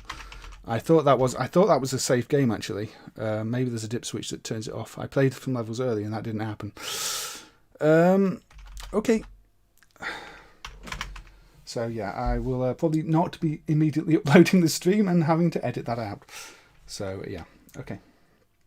It does happen from time to time. Anyway, Snow Brothers 2. This one is safe. Oh yeah, so It's always a risk when you put Korean games on, but now we've just got some hideous faces instead. Yeah, Snow Brothers 2. This one is it's one of Toaplan's final games, to the point where it doesn't have Toaplan on the copyright screen. Because Toaplan had gone bust by the time this was released. So you've got this company, Machine Information, Hanafram is the copyright holder. And the most common version of this is the one that's been emulated in MAME for a long time. And it doesn't have any end credits. I guess this is all to do with, Toaplan going bust and everything else. Because the PCBs look original, they've got the proper Toaplan markings on, but most of the time the software on them has this Hanafram copyright, and there's no end credits. So one thing that did show up more recently is what looked more like a bootleg board, but the bootleg board actually had the full end credits on it. And that's one of those very odd arcade stories where you're wondering why the more official looking product doesn't have the proper credits, and the one that looks like it was produced on the cheap does. But it's probably because when Toaplan went bust, that various people got the rights to manufacture it, I'm guessing. I don't actually know.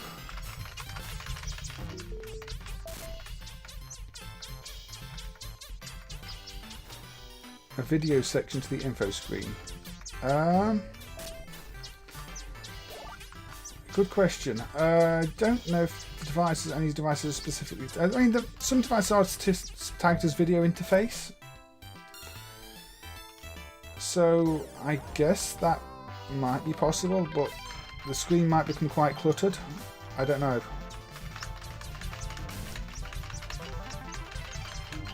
I mean, a lot of the time the video is just going to be generic name games sprite system because we don't know any specific names for the video.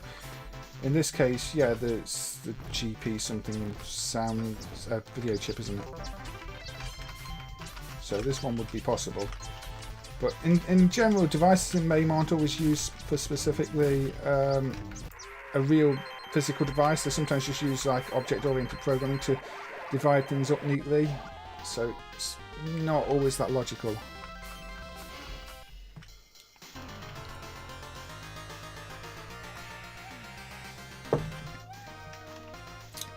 Yeah, this is a maybe an overlooked sequel to Snow Brothers because, again, it didn't get quite the distribution. But this one actually has 4-player support, which is one of the noteworthy things about it. You don't find many single-screen platformers with 4-player support because you would maybe a bit too crowded. And I've never played this with 4 players, so I don't know how it holds up if you're playing it with 4 players. But yeah, you can actually play a 4-player version of this game. Oh, I've got power on there. Yeah, there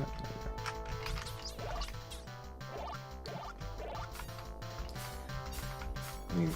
I think maybe it's, as a game, it's not quite as good as the original. It lacks some of the charm.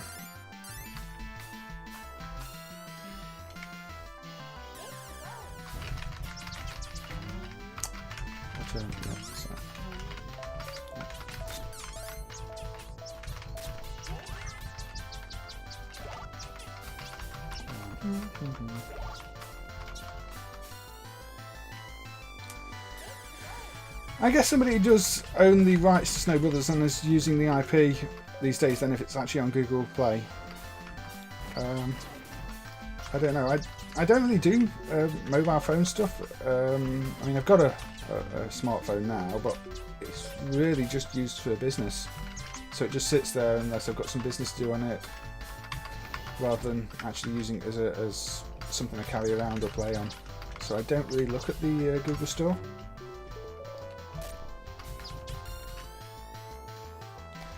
But yeah, I mean, does it use paired controllers, or have they adapted it to use touchscreen controls? Because I can't imagine this working well with motion controls or, on-screen controls.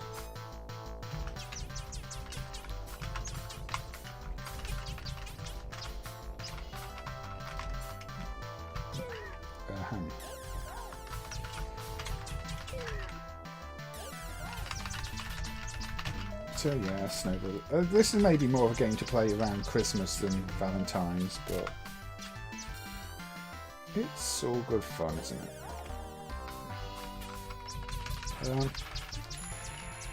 I mean, even when Snow Brothers 3 came out, which was a hack, it was a hack of Snow Brothers 1. This game was completely overlooked for making that hack. Snow Brothers 3 was actually originally called Ball Boy as well. It was done by Korean developers to tie in with the Japan and Korea World Cup. Pardon me. So it's got quite a silly looking football theme going on.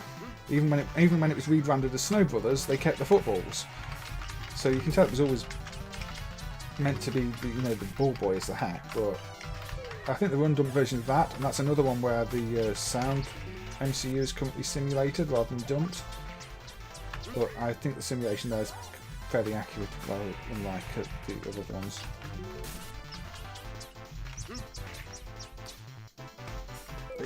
The nose becomes an arrow. That's weird.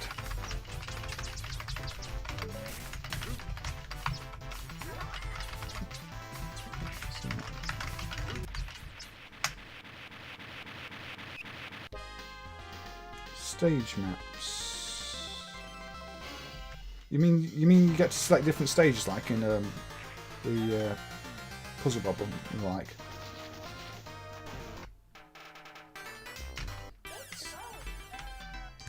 Yeah, Snow Brothers 2. I think we've seen enough of Snow Brothers 2. One thing I mentioned at the start, when I start this stream, is what counts as a single screen platformer. And I said, do puzzle games count? And so I was looking at videos of other systems, platforms that can emulate for single screen puzzle games. And I was watching a video for the PC Engine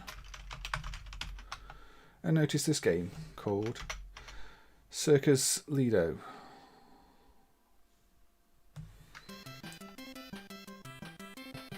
Is it Lido? Circus, yeah. Very hard to read title screen. By Unipost Company, who I've never heard of.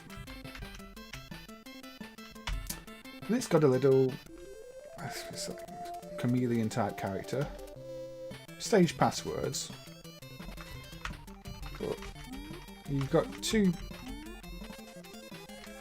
your standard attack and you've got your up grab. So you can climb up on the bars like this. And you can grab those and spit them out as bubbles. Spit them out, and you've got to feed the plants with the bugs. And I've never seen anybody play this before. Which I don't know. To me, this from seeing it being played, I thought, well, I've never seen that before, and it actually looks kind of fun. I do like a good little puzzle platform game. And this is exactly that. You have to work out the best way to do the levels. It's not fast-paced. Oh yeah, and you've got to go to the exit when you complete the level. I almost forgot. Now I'm surprised there's no time limit on this, because a lot of these puzzle games will have time limits, especially the action ones like this. But the PC Engine library is fantastic, and if you're ever looking for a game to play, then it's always worth having a look at the PC Engine and seeing if there are games you haven't played. Hey Costado. So again, you've got the puzzle element coming into play here, where you've got to use these arrows to rearrange the platform so you can actually navigate the level. There we go, we're eating that one. Let's drop down here and feed the plant.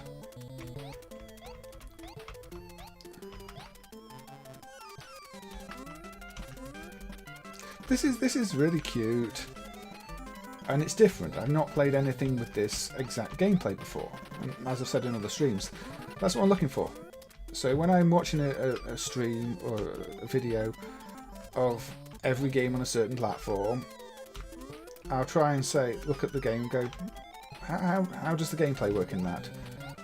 And if it's something I don't think I've played before in terms of the gameplay, I'll go and check it out. Robocop, the arcade Robocop. Yeah, I do really like that one. And it's one of those arcade games with an interesting story because it's based on the home system game rather than originally being an arcade, which is why I think you see the Ocean copyright even in the arcade version, because it was designed as, you know, a home system game, and then Data East ended up adapting it for the arcades. But yeah, it's a good game. It's not a single screen platformer, so unfortunately it doesn't get played today, but what would we count it as? Run and gun? I guess run and gun is the most accurate way to describe it, isn't it? I do want to do a run and gun episode at some point with your Metal Slugs, with your Contras, and I think Robocop fits in there. What am I doing?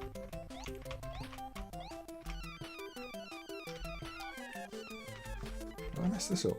I think I have. See, I've not played this before, so I don't know what I'm missing here. Right now, I don't know how to navigate the level.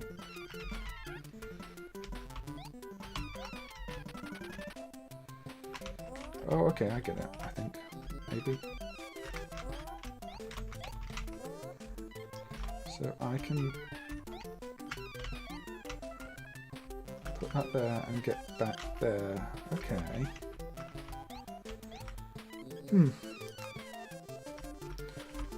I'm not hearing Gallagher. So, oh, actually, yeah, the it's quite Gallagher, isn't it? Yeah, I didn't hear that at first, but I hear that now. You're right. There's some Gallagher to this sound. That's unusual.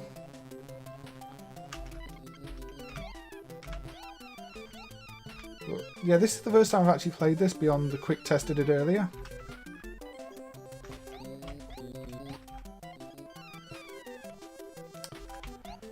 Oh, dear. So, obviously this isn't the most famous single screen platformer on the PC Engine, and I will be coming to the most famous single screen platformer on the PC Engine that should have really had an arcade release a little bit later. How do I do this then? Can I grab you through? Yeah, I can grab you through there, can't I? That's what I can do. You're actually going to come all the way. Oh.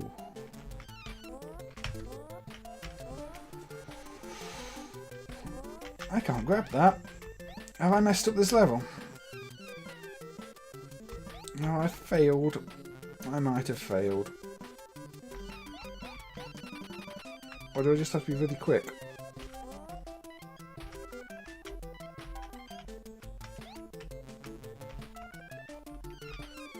Can I do that? No?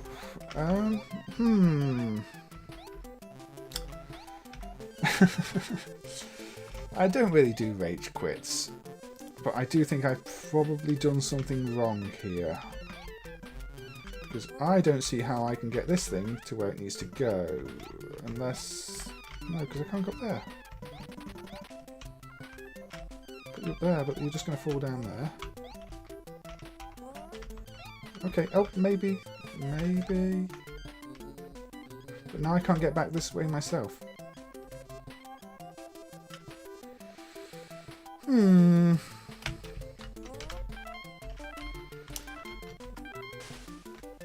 Yeah, I think you can actually soft lock yourself if you do it in the wrong order. So, beaten by level 3. But I will play that one again because it seems like a good game to me. And it's one I hadn't heard of until I was doing a little bit of research for the stream. Shall I put the most famous PC Engine single screen platformer on? The one that only appeared in arcades in bootleg form on a timer.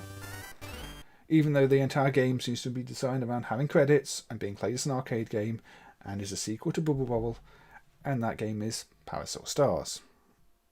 And I mean, I grew up with playing the NES version of this, which I might put on later, but this version is just so good. Got all the nice little fancy raster effect there, although I'm not too sure the flickering is meant to happen at the bottom. It's got everything, the music, the cute graphics, the completely original gameplay that nothing else is doing.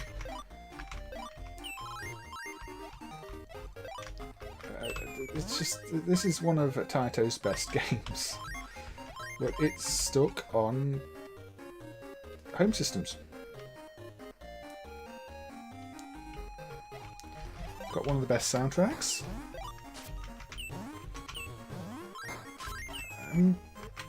How can you not like Parasol Stars? How can Taito have not wanted to bring Parasol Stars as a proper arcade game? Even just doing it on PC Engine hardware as an arcade, it's up there. It's the quality required. Maybe by this point they thought nobody wanted single screen platformers, but then the proper Bobble sequels on F3 system. It makes no sense.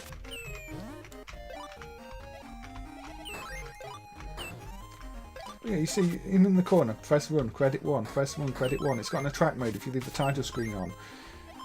It's an arcade game in every sense, apart from it wasn't in the arcades, officially. Now, I think a lot of people did see it in the arcades because of the TourVision system, but it's just a PC engine on a timer. And it's it's a bootleg system. Although the PC... the cartridge for this one hasn't been located.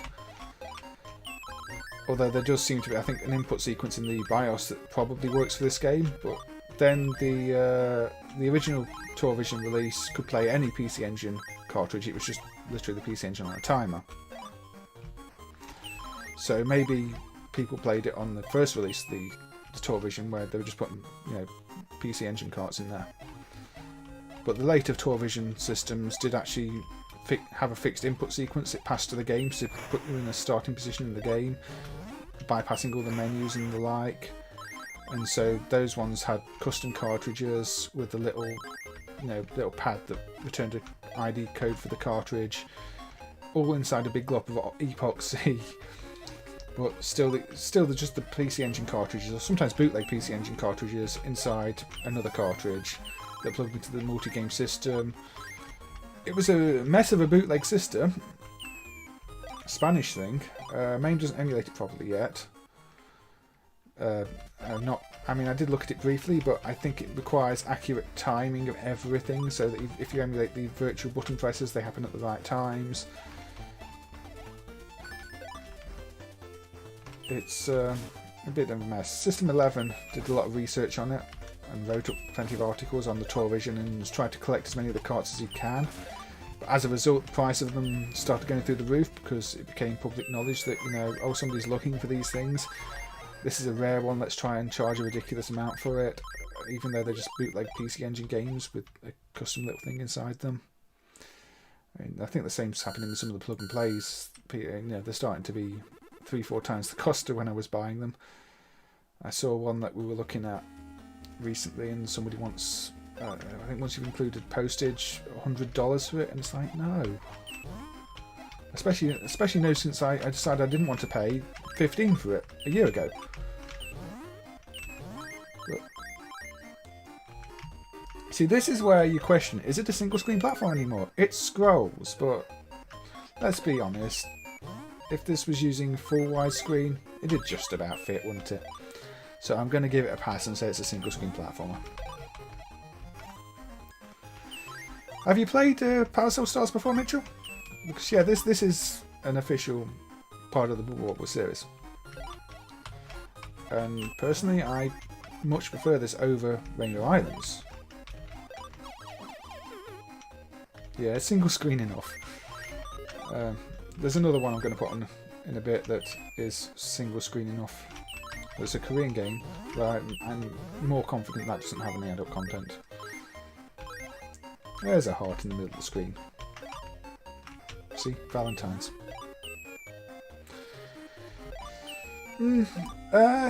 Yeah, I guess because you mostly use Mainview emulation, don't you, and the arcade stuff, and this is, really just a console game. Like I say, PC Engine did have the ability to do arcade quality when it wanted to, and this is an example of that.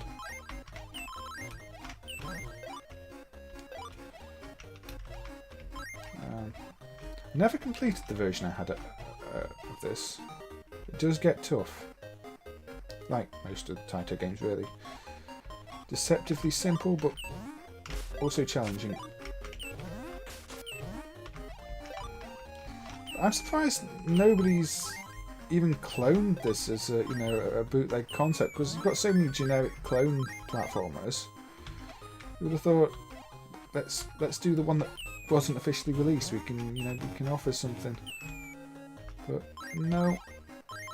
There are no unofficial arcade clones, and we've not seen any PC Engine bootleg hardware that adds a proper credit mode into this rather than just the time-based thing. Even though there's tons of SNES ones and Mega Drive ones that do that, although most of them butcher the game in some way that makes you just not want to play that version. I mean, you've got, the Streets of Rage 2 one, where start button changes your character and hacks you don't really want in the games. They don't add anything to them. Yeah, but I do like to show what Main can run apart from just the arcade games. And this is a good example of that, because I think this is a game that people who enjoy arcade games would want to play, which is probably why there's so much demand for the arcade version that doesn't exist to be dumped and added officially. People want it to exist, so they can play it and say it's a proper arcade game, or convince themselves that the TourVision one is a proper arcade. Although the TourVision is running off Softlist now as well, so it's not even listed in the database apart from the base system. But it makes sense because they are just PC Engine carts in custom epoxy with extra bits in. It's very much not real.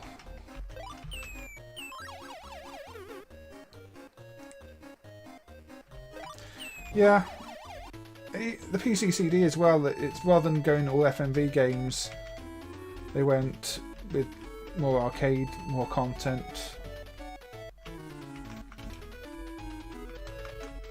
I'm going to put on different versions in a minute. So yeah, that's the PC Engine version of that. I'm going to put the one I owned on. Hold on. Parasol. I think this was only released in Europe. It's an ocean port. Kind of looks ugly, but the gameplay's intact, which is what matters. But yeah, this is the Nintendo version.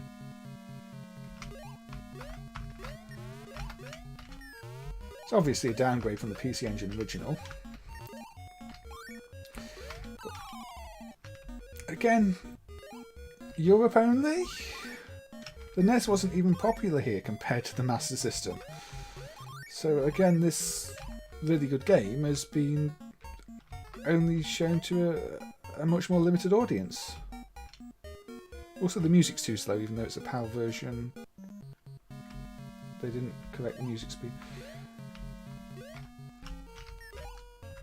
Obviously, everything's scaled down a little bit. It is still the same playable game. It's not got the nice stage transitions with the scrolling and the raster effect for the stretching of the levels. I think it's missing a few little bits too. But if you want a version of Parasol Stars that feels more like an 8-bit game, then this one's a good one to play. I wasn't too keen on the home or some of the other home ports. I know people do like the Amiga version, but it never clicked with me in the same way. I think you want the smoothness. I seem to remember the Amiga version might be 30 frames a second, not 25 frames a second. Just never felt as smooth from memory. I'm gonna guess the Game Boy version probably is. I've not played the Game Boy version. Yeah, I mean, owning a Master System in the US, you missed out on a lot of the good games, unfortunately. But yeah, it was a good system. It was the better system, if you ask me. And you can say it doesn't have a proper Mario game, you know, something to compete with Mario and something to compete with Zelda. But I think Wonder Boy Dragon's Trap's a better game than the Zelda games anyway. It's a RPG type thing on a console. And then the Master System had the Codemasters games. You know, you had my favourite version of Fantastic Dizzy is the one on the Master System. It's a PAL release only because it's Codemasters. But the Mega Drive version, yeah, it's prettier, but it's a bit too much. The Master System version's still got that 8-bit feel to it. Everything's clear. It's not too in your face, whereas the Mega Drive version is a bit over the top. I actually found that with the new Wonderful Dizzy release. I can appreciate that it's a good game on the Spectrum, and if it had been released on the Spectrum back in the day, people would have been blown away by it. But there's too much going on. You've got water in the background that doesn't kill you, and to me, if you see a water effect, it should kill you. Although I am also not too keen on the way they've changed the jumping mechanics, because Dizzy doesn't roll like Dizzy should roll, and Dizzy can climb ropes. Dizzy doesn't climb ropes. I mean, he's got boxing gloves on. How does an egg with boxing gloves on climb ropes? To me, that new Dizzy game feels more like Monty Mole in an egg suit with puzzles. I mean, I still like it, but it doesn't break my list of best Dizzy games, if that makes sense. Oh, Slightly Magic, yeah. Slightly Magic's got really good music. I remember that about it, and all the cute dragons, and I think the puzzles were a little bit easy. I had that on the Spectrum. The Spectrum version, that's my favourite. I think my friend had it on the Amiga, and their cracked version was buggy and it crashed after a certain point. But yeah, I know Slightly Magic from the Spectrum and enjoyed it. I know there was a sequel that was apparently finished and never came out, which I kind of hope they find one day and release, but the fact that they've never said anything about it, apart from, you know, there was a sequel that never got released, probably means it's lost, like so much old software. I don't know. I mean, maybe I'm nitpicking a bit when saying shouldn't be able to climb ropes with boxing gloves, but it just alters the way the game plays too much. It's not... the pure platform element's gone. But, see, yeah, the NES has still got the scrolling level here, you see. I don't feel I'm playing an inferior game when I'm playing the NES version of this over the PC Engine version. I just feel I'm playing a game that doesn't look quite as nice. And yeah, for a port done by Ocean, who could be hit and miss, not as bad as some, it still feels like the proper game. It doesn't feel like an interpretation of the game. I get the impression it was probably done with the original code at hand, although I don't know that. I've never talked to any of the programmers involved. But it gets everything right. And it runs really well for a NES game.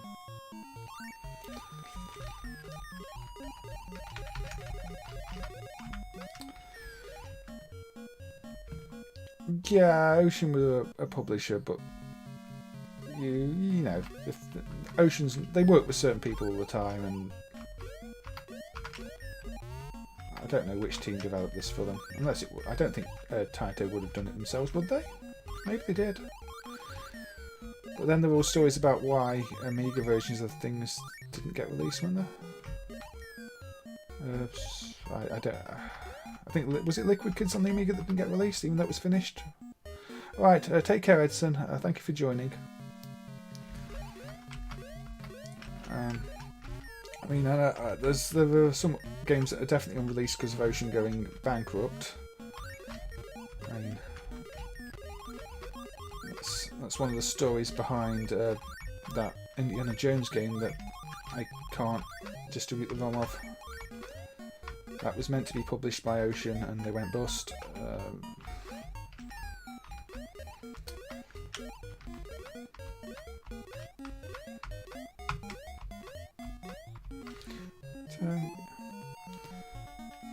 Say Ocean had teams of people who developed for them. The whole UK computer industry was just like that. As long as it doesn't say tier text on it or anything like that. And tier text wouldn't have stood a chance of doing anything like this. Yeah, Ocean was one of the big names associated with the arcade ports. I mentioned it when I was playing Hunchback the other time because that was their first big arcade port, wasn't it? And that's why it's hyped up here as if it was one of the major arcade games, even though it really wasn't.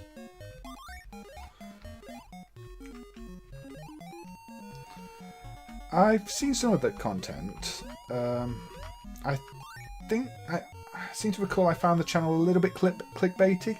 It's like, this should be impossible. It's like, no, it rubbed me the wrong way.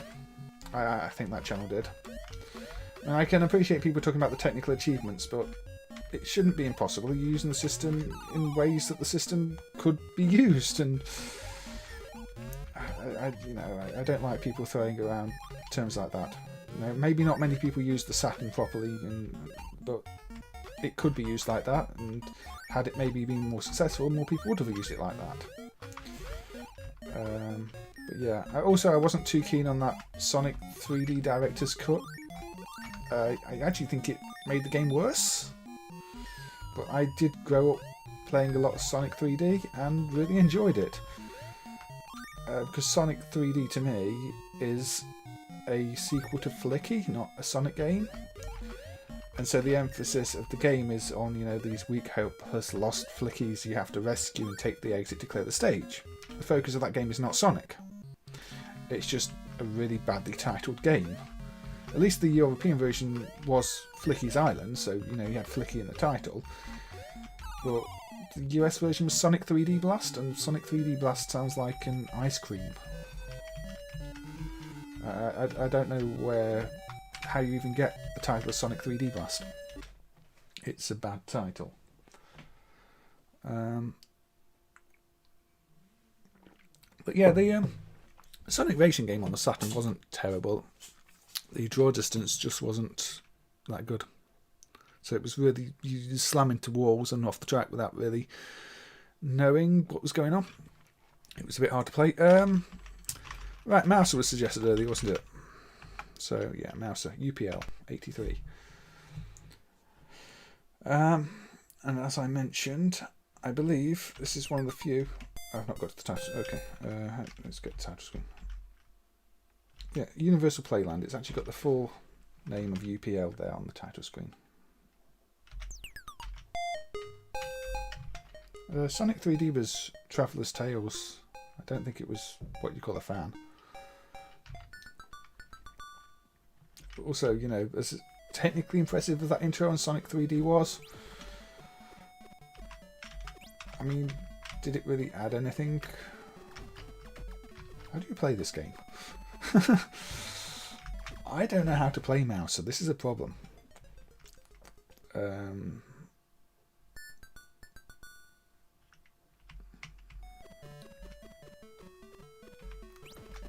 guess I'm getting all the fish, but I can only go...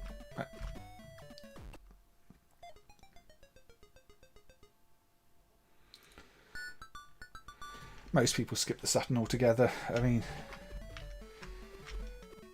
if you're looking at it, it's probably the wise move.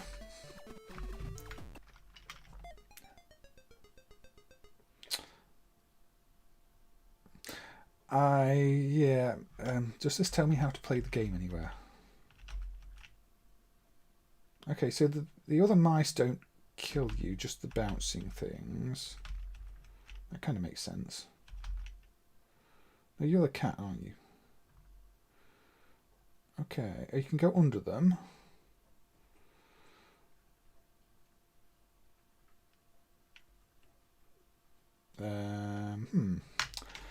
Okay, maybe now I know what I'm avoiding. I can play this. If I'm playing cat and mouse games, I prefer cat and mouse. But that's not a single screen platformer. No, I can't go all the way up there because that's dangerous. So these don't kill me. I can happily walk past the mice and get the mice. Yeah, okay.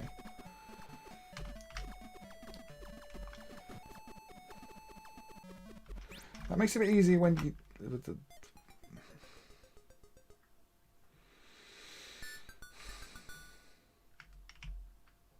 You know that thing I said about not rage quitting? This might end up being an exception.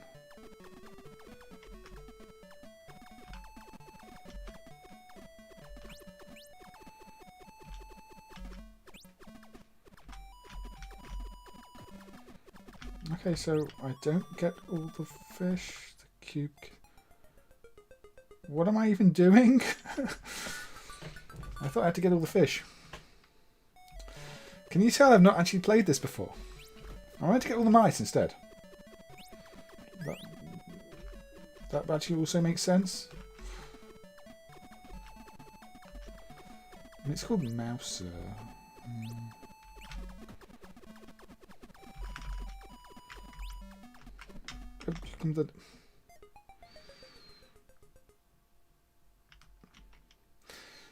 Yeah, I mean, there's some creativity in those Lego games. My mum's kind of obsessed with them. But they did get a bit samey after a while. I think they ran out of ideas. Alright, so Mouser. This is like me playing Burger Time all over again. It's got that very slow ladder climbing feel to it, like Burger Time too.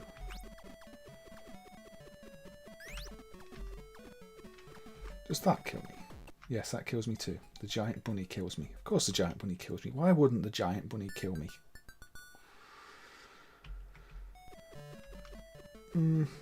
Let's say I did actually really like the original Sonic 3D as a flicky sequel. It just wasn't a Sonic game. I don't know why it was branded and sold as a Sonic game. Why they didn't just make it a proper flicky sequel. I think people would appreciate it more if it had been branded a flicky sequel, although it probably wouldn't have sold as many, so that probably answers the question, doesn't it? This game is pretty tricky, or, you know...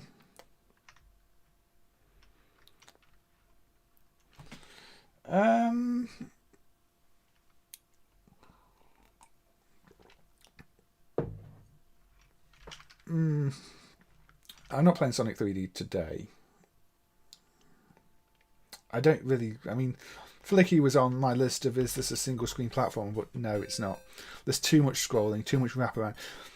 I think because it wraps around like that, there's just something about it that made Flicky and City Connection very similar games.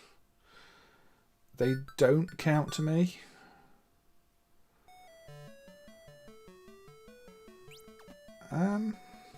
Flicky was on the Mega Drive, although it didn't get 8-bit ports. That surprised me. When people go, you know, they're going to remake a... yeah, I'm going to rage quit this game. I can't get past the first screen. When people port in games to, well, for say the CPC, I'm sorry, CPC, you've got the Amazing Pinball Dreams port. But I think you could do a really good port of Flicky. You'd have to do some of the CRTC tricks to do the scrolling smoothly, because the CPC is not C64. But the CPC could do the colours. I think it could do the scrolling. I think it could handle what Flicky does. There's a fair bit moving around, but not excessive. So I'm surprised nobody's done a port of Flicky to the CPC. Maybe they've done it to C64. I don't know. I've not studied the C64. But yeah. Okay. I'm going to go with a game that I was really glad to improve the emulation of last year. That is Penguin Brothers, the Subsino game from 2000. I might have played this on stream before, but I just really like this one. And it's a single screen platformer, and it's a later single screen platformer. Subsino mostly did terrible gambling games. I'm guessing Subsino published this, not developed it. It doesn't feel like a Subsino game. It's cute, slightly ugly in places, like this intro looks horrible and sounds horrible. But the gameplay in this is a mix of sort of your Bubble Ball type thing with the Bomberman type aspects. Okay, let's just insert a coin. But you select your start stage, I'll select stage 1. And what was missing for so long were these zoom effects. Start the level, zooms in. And it's a simple thing, but it makes a real difference. But the gameplay, you're blowing up the creatures, you're getting the key, going to the end of the level. And you get a little zooming effect here too. Yeah, the rendered whale is a bit ugly. And again, a slightly different zoom effect there. You can throw your bomb in the cannon kind of fires away. You can flip these platforms. You can, it's got a little time for you to flip back. You can even run across the ceiling if you want for a few seconds. You've got your different bomb types with different power-ups. This one explodes in that direction. You can flip the bombs on the cannon. I used to. So there's a slight physics element. There we go. That's gone the wrong way. Anyway, you get the idea. There's a little secret thing. Is it? No, I think it was the other stage I meant to jump up there to get a bonus. But I have played this one 2-player, and it's even better 2-player. Yeah, when you get the thing more spawn, you just got to get the eggs with the key. But again, there's no other game with these exact mechanics.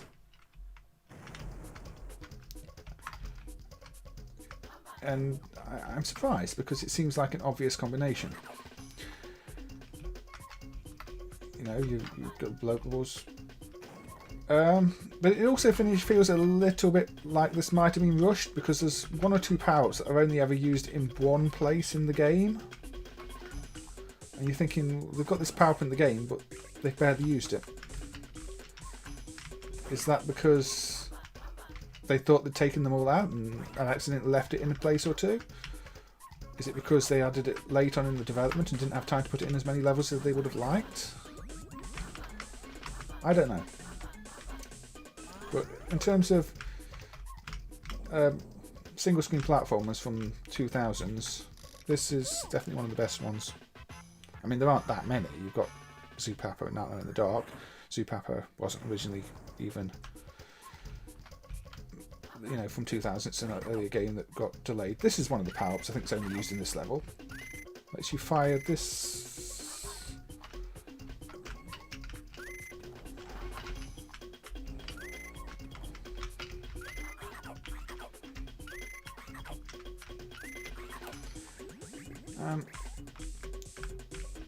Yeah, you've got your slide move like that too. It gets a little bit harder to get to where you need to go after a while because... Come on, move out of the way. There you go. But yeah, I'm really... Every time I see this with the zooming, I'm really happy. Yeah, it's maybe slightly overpowered, but maybe that's why it's not used much. Again, the bosses are creative, and here, you're flicking the bombs onto them with the platform.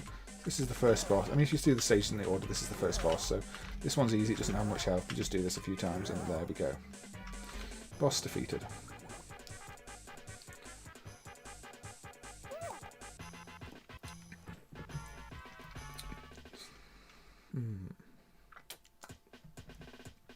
So, now still select the stage that's next. Now, I think I mentioned this before, but there's one thing that really lets this game down, and there's a bug in it. Oh. I might not be able to show it now. if you jump and let a bomb off mid-platform like that, the collision sometimes breaks on it. I've not managed to show it on this level. I'll probably show it on another level. I think this isn't a good level for showing it off on.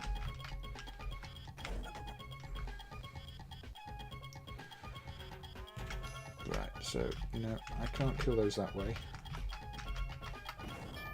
Wasn't trying to do that.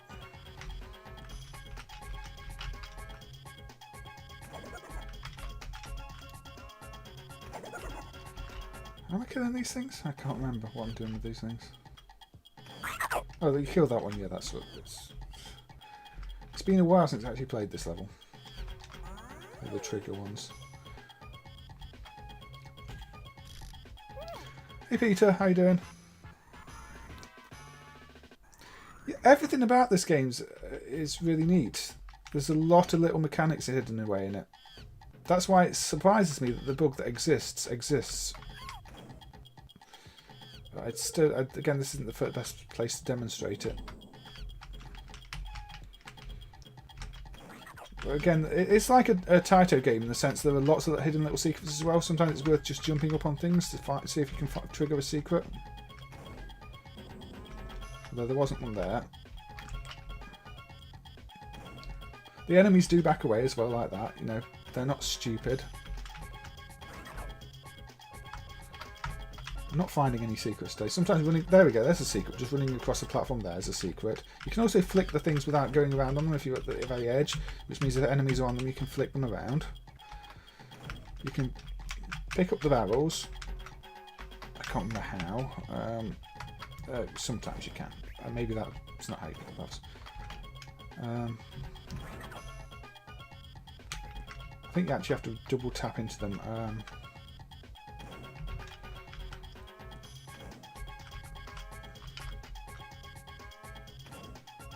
Yeah, this is an arcade game. It's also known as A-Blast, where it's got a Chinese title screen. I mean, I don't know how widely distributed it was.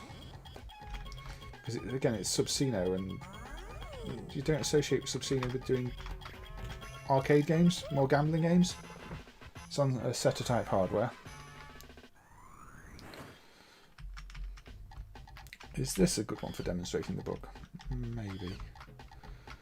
I don't know if it works on the top of the screen. There we go. You see, you drop a bomb, the collision breaks. Or you can drop anything and you can get no collision. If you're on a barrel and you time the throw, so you're in the middle of a platform and you throw it, the collision breaks, and I died trying to demonstrate the problem. The fish will make everything blow up. Yeah, there we go. You can loop between sides of the screen on some places like that. But again, there you go. You see the collision broke. And if it's that exact point between platforms where if you throw a bomb, it will have no collision. And I'm trying to think how that even happened in terms of coding the game. And it's really... I can't explain it. Hey, J-Ray. Cartoon penguins are... Yeah, I can think of worse Valentines. There we go, you see, you do it there. It's just a case of jumping and throwing the bomb at the right time and it will have no collision. And that's a real shame because it just... Especially in a game where you're always looking for little secrets, it feels out of place. Well, there we go. Let's see, lots of little secrets just from using that cannon there. But yeah, if I pretend that bug doesn't exist, and I'm sure it's not an emulation bug, there's no logical reason why that would be an emulation bug. This one's on a 68,000 processor. The logic of our emulation of the 68,000 is, you know, it's used on so many things. It's reliable. Although, you know, I say that, you've got weird bugs in Taito's Super Chase, where you leave it in a track and things trigger at the wrong point, but that's... I don't know. That's 68020, so that's potentially different. This is just one of the 68,000s with onboard peripherals. I would be amazed if that doesn't happen on the PCB, but I've never seen this in the wild, so... It's difficult. See, this is more challenging in the sense the enemy is actually attacking you too.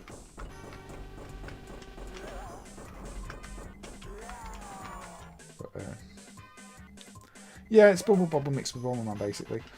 I think I said that earlier, but Penguin Brothers it's a really good game.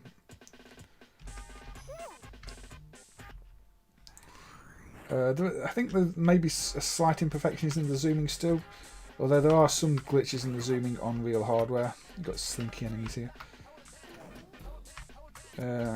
So the zooming on the hardware, as I mentioned last stream, when I was talking about Denjan Maki 2 Guardians, is a bit weird in the sense that it's a full screen zoom. There is one set of zoom parameters, not per sprite. And it was quite difficult to implement.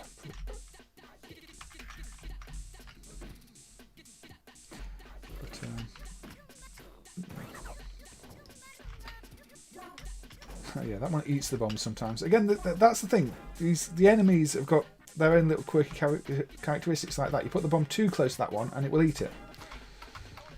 You know, it's better to attack them with a barrel. And that puts it in a league above a lot of the really generic ones you can find.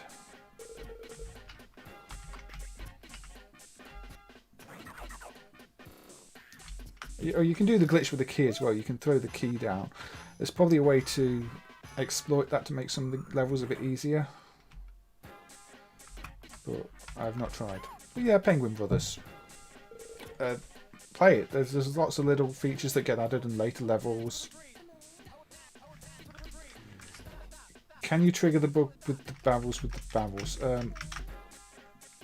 I think you can. I can't remember. Or maybe you can't jump high enough. Or maybe... I don't know. Well, I didn't manage to trigger it there. Well, now I'm just playing barrels rolling around. No, the barrels knock you back too like that, and they get rotation, and it's just cute. Maybe it doesn't work on those breakable platforms. Maybe it doesn't work with the barrels. I can't remember. I did test quite a few different scenarios back in the day when I was testing it. But it's a small thing. You can play the game without worrying about it too much, but once you've seen it a few times and you go, well, how did that happen? You realise you can trigger it by jumping. See, these ones are heavier, so you can't twist the thing up when they're on them. Again, little behaviours for each of the enemies. Anyway, that's Penguin Brothers. A good, fun little game that is often overlooked. Oh. I was going to play Kangaroo, but I'm not sure I really want to play a broken game. Kangaroo should be marked as not working because the randomisation is done by a protection chip on it and it's completely wrong, so the game is far, far, far too easy as people going for high scoring it found, so I'm not going to play Kangaroo.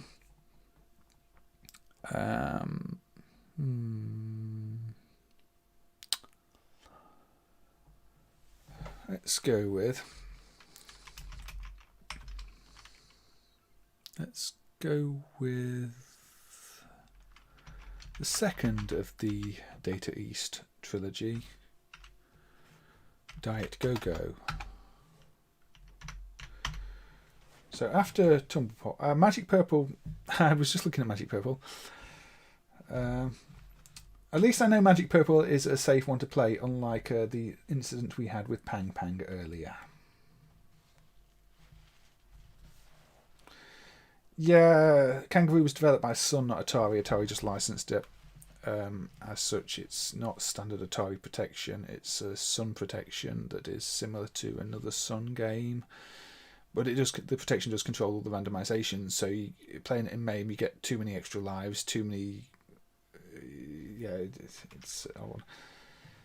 But Kangaroo is also really ugly because it uses a way of rendering the graphics where it's every other scan line, and if you scale the image at all, it looks terrible in screenshots, which can be a problem if you're streaming it too. So I'll probably skip Kangaroo for now. But this is Diet Go-Go, which is basically the sequel to Tumble Pop. Very similar, same type of fonts. This time you're throwing food at things to make them fat, and then popping them, and also, you know, if you eat too much food yourself, you also get fat. Oh, I pressed the wrong button. There we go.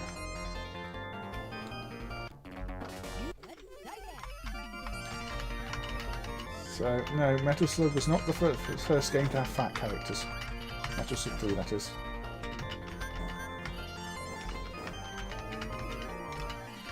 Again, this has got that slight Japanese obsession with slot machines going on there too. You've seen so many games to award you bonus points. Of the trilogy of Tumble Pop, Diet Go-Go, Joe Mac Returns, I think this is my least favourite of the games, although visually it's really appealing. I just don't enjoy the gameplay as much.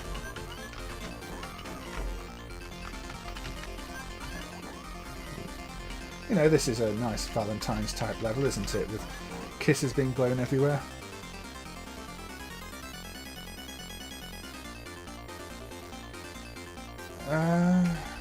Cool Croc Twins.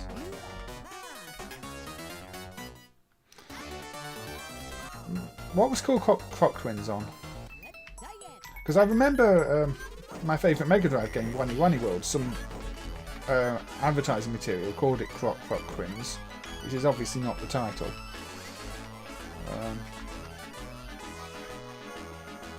There you go, you see I won on the slot machine and got some rings. Apparently I'm Sonic.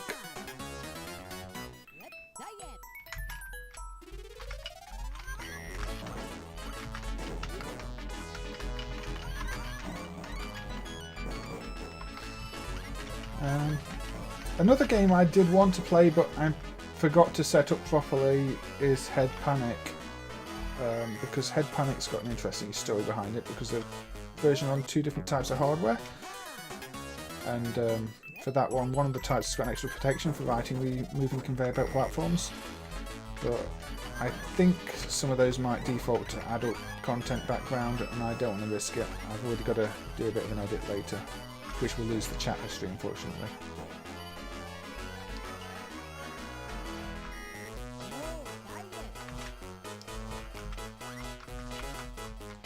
London Bridge is falling down.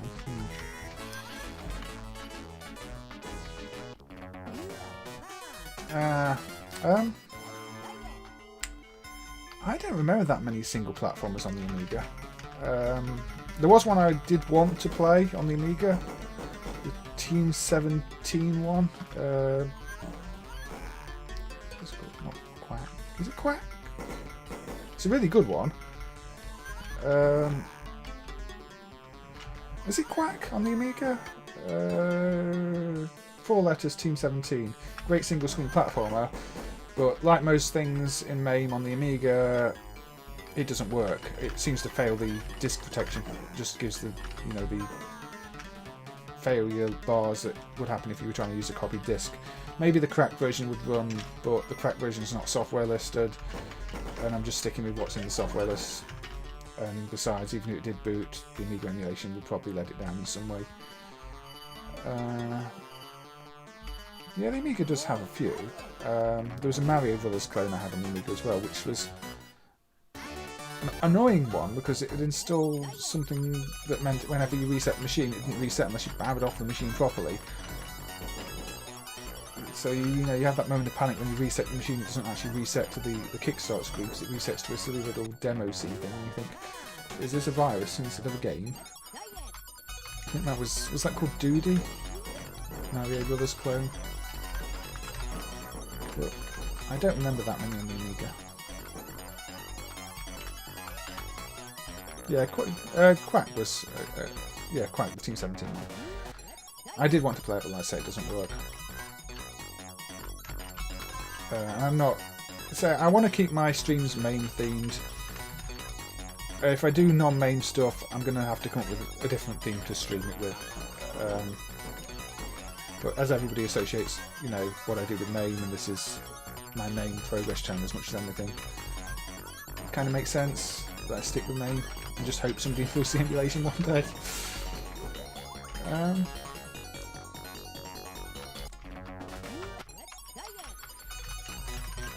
I think after this game, I'm going to make a brief exception.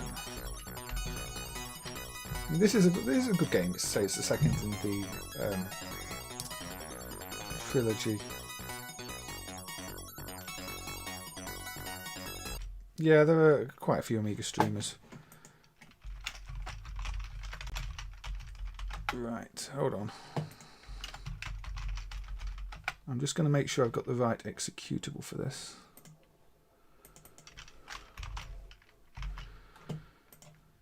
This is not single screen platformer related, but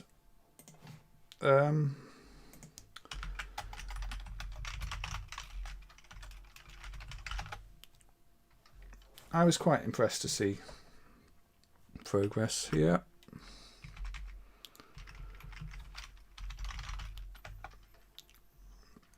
I'm going to turn the sound down because it's terrible. This is Samurai Shodown 64-2 on the Hyper Neo Geo. And there was literally a one-line fix that went into MAME the other day, which means the sprites, well, the 3D no longer flickers like crazy. It's still not emulated properly, but now we can play it at frame skip 0. And this, the actual 3D updates every other frame as it's a 30 frames a second update in the game, but it's not flickering like crazy. So, you know, you can actually play it now without wanting to, you know, your eyes bleeding or just wanting to turn it off. The sound still makes you want to turn it off, which is why I turn the sound right down. But yeah, this is actually playable. I'm sure with a bit of threading on the 3D rendering it would maintain full speed as well. It's dipping below a little bit right now, but for a one-line fix, this is quite significantly improved, because otherwise the sprites, which was, well, the 3D was just flickering like crazy. The same applies to the original. It wasn't my fix, it was somebody called Happy, who I'm assuming is not one of the 7 Dwarves. But yeah, they also fixed another little bug earlier, and they're looking into the Hyper Neo Geo stuff at the moment. So I do hope they make some progress, because it's a system that I just completely gave up trying to improve. So whenever I see an improvement for it, I naturally go and check it out. But this one's the same. It runs a bit slower because it's more 3D stuff going on, so it really needs threading. But again, it's not flickering like mad anymore. It's nice solid 3D. So that's much more promising. Yes, I'm happy to see this fix, and I did thank them for it, because they watch some of the Bannister.org shoutbox tweets, and yeah, it needed the fix. Anyway, that was a slight, you know, diversion, just something that's impressed me recently, and I'm just glad to see. Okay. Let's look at something by our friend Kyle Hodgetts for the Game Room. 1992, a Double Dragon conversion. And tell me, if you like, when I'm done with this, would you want to convert your Double Dragon to this? Dark Tower coming in. We've only got enough tiles to do half a title screen, so we're just going to repeat everything at the bottom. Of course, Kyle's got the top tie score. Now, I don't know if the characters are meant to stand slightly below the platforms in this or not. I'm guessing they are, because it's Double Dragon hardware, and I'm assuming it's actually quite well emulated. But who knows? And it's going to have music that's still from Double Dragon, because Kyle didn't do his own music. You know, you hit your enemies, you make them fly around. It's not nice and smooth, it runs kind of slow. I mean,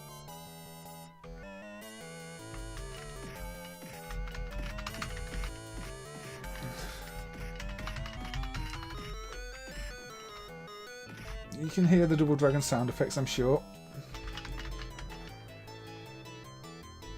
I mean, compared to a lot of Kyle's games, this one is functional, it's playable, it's better than that Master of Kin thing I looked at the other day. It's not good. I think the other Double Dragon conversion he did is more interesting. Is it called Thunder Strike? Not from a gameplay point of view, but because it's doing line scroll effects using the mid-frame interrupts that the hardware does, which none of the official games actually use. So that one from a technical point of view is actually impressive. It just doesn't play well. This one, I mean, it's playable. You know, it at least lets you move down platforms by pressing down and jump. Some games forget to do that. Not every game that doesn't do that is bad. Sometimes it's the design, but sometimes you think it really should and doesn't. It's just a bit basic. I mean, you bash the things, sometimes they fly across the screen and chain other things.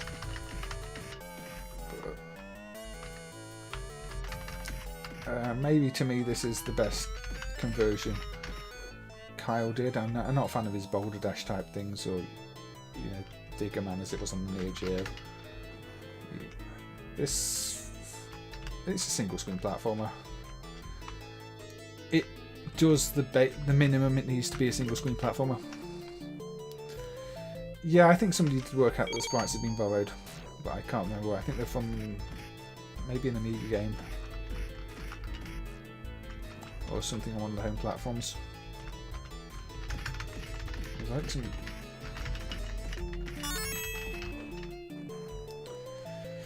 I mean, Digger Man is just an evolution of Dangerous Dungeons. Dangerous Dungeons is noteworthy because it actually got bootlegged by Korean companies as Toffee and Super Toffee, and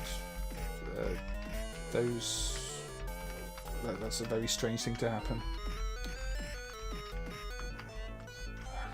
But those Boulder Dash games are a bit too slow to be fun.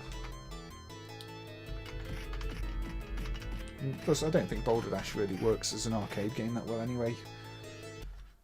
Yeah, that was Dark Tower. I don't know why you'd really want to play it. But, or I didn't want to convert a Double Dragon to it, unless you were really, really bored of Double Dragon. I'm going to put on a bigger name game that I feel the same way about.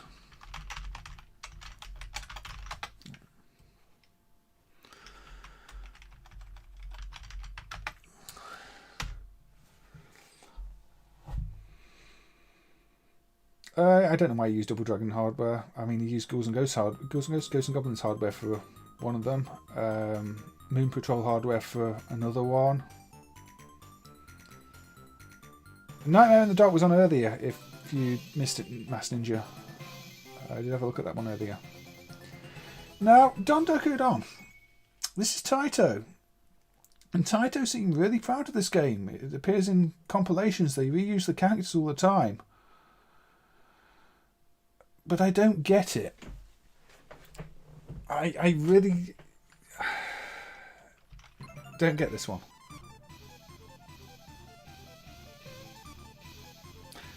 Bombjack. Yeah, I do like Bombjack. I mean, I'm one of those people that also likes Bombjack 2, the home computer game, which really isn't a Bombjack game. It's more of a puzzle platformer. Bombjack is a good game. Bombjack Twin is a good sequel. And I will put Magic Purple on it, but I forgot that one. But this one, you just hammer the enemy, and you pick up the enemy, and you throw the enemy. And it's slow.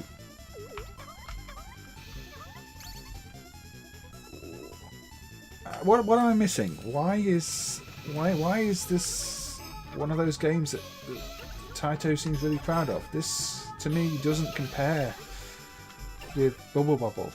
It doesn't compare to even Fairyland Story or Chack'n Pop.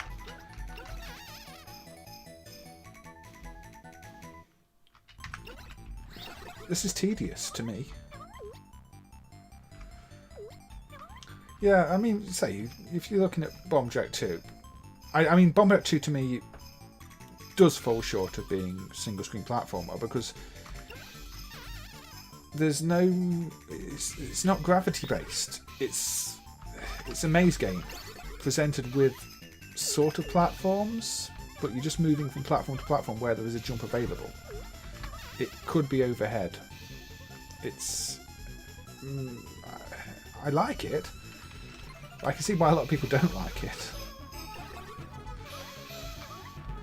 But yeah, I mean, this came out in the arcades and Parasol Stars didn't. This is one where you can't press down and jump low platform, so you have to find a way to fall down. Now, maybe somebody's going to tell me that they really, really, really like this game.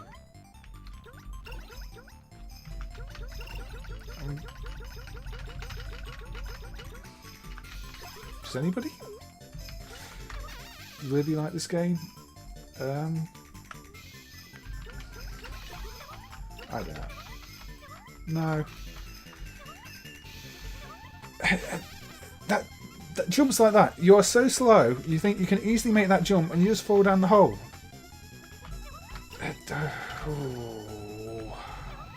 Every time I try to play this one, I just get frustrated with it.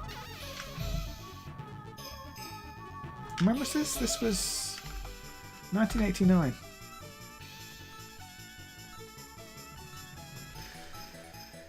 Yeah, that's my reaction to it.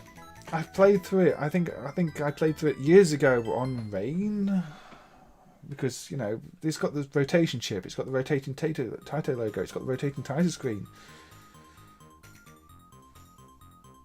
That doesn't make a game. I don't even like the music. It's not got that bubble type hook. It's yeah, this is quite a nice looking level, but that doesn't make it a good game. I don't get it. I mean, maybe somebody wants to comment in the comments on the stream if there's something I'm missing that makes this game more fun than I'm seeing. But it just seems so plain. Hit enemy, throw enemy, hit enemy, throw enemy. It's like that Dark Tower one, just with a lot better presentation. That's just my feeling on that one anyway. Peter, you mentioned Magic Purple, or Purple Magic, which is one that I wanted to see emulated for many, many, many years and thought we might actually just never find again, because it showed up once and then for, 10-15 years it didn't show up again. And I do like single screen platformers, so the fact there was a single screen platformer out there that seemed to be lost annoyed me. Also, that copyright symbol was an @ symbol, wasn't it? Now, this has scrolling, but again, it's just a bit of scrolling, so it's still single screen enough for me. Very similar formula to Tumble Pop. The hardware is more or less a Tumble Pop clone. Sprites are Tumble Pop. It's very similar to Fantasy World, but with scrolling. It's got lots of hidden things in the background. And these duck characters remind me of the characters in Comad Super Duck a little bit. But that's a different type of game. Very deformed duck type characters. Now, ultimately, this game is a bit disappointing. It doesn't do much. It just goes on and repeats the same formula. The enemies aren't special. You know, it's another one of those that is serviceable. I was hoping it would be more. The fact it scrolls is nice. I mean, not that much scroll. Yeah, maybe they're based on Dynamite Duck's characters in some way. That's one I should have covered on the beat 'em up episode. I'm probably going to do Dynamite Ducks on the second beat 'em up episode.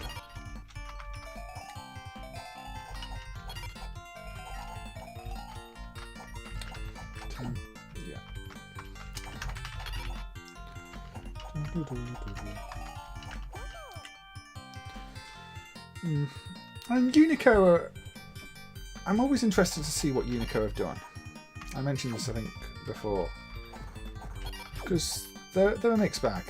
You've got Burglar X, which is crude but actually quite playable and funny. You've got 0 Point, the point blank rip-offs. But I don't really know if they understood that calling something 0 Point is like calling it pointless, because no point, 0 point. But they're solid enough point blank rip-offs. You know, two of them. You got Fancy World, which was closer to Tumble Pop, so good fun. And they're one of those Korean companies that did do games that you could possibly say are original. They're not complete code copies, although I do think there are bits of Tumble Pop code in these.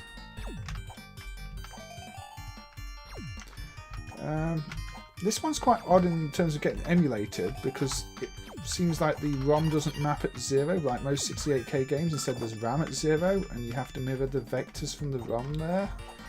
So I'm not quite sure how that works on real hardware. Maybe it's a bit like the Amiga. Yeah, Unico South Korean. They became, I think, Unidays, so I think they might still be around today, but they end up mostly doing slot machines, and I don't think many, if any, of the slot machines they did are dumped. I don't know what hardware they use. Maybe they do PC hardware based. But yeah, they're one of those that were wise enough to know the money was not in video games, it was in the slot machines.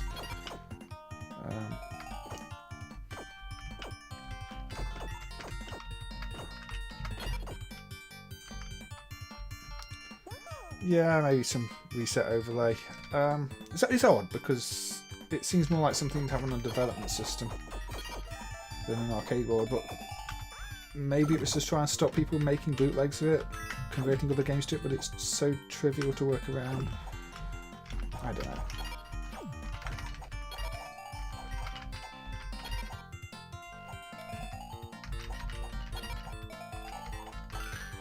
There's some others that do similar. I think some of the Namco systems have odd 68K mapping.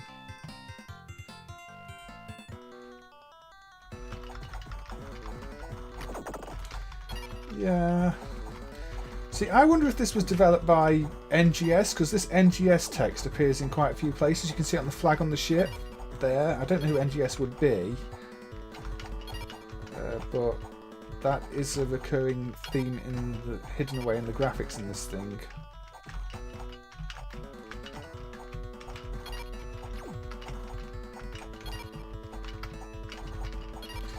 Ultimately, I don't like Unico as much as, say, Semicom, even though Semicom have some bad games too.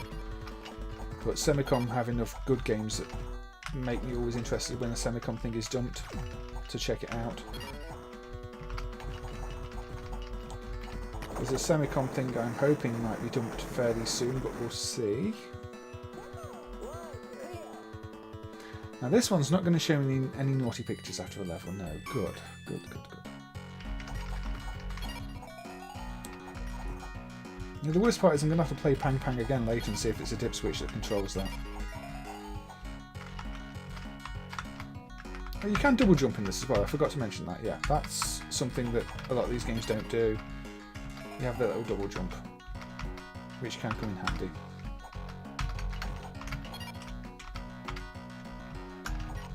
No, it has a few ideas.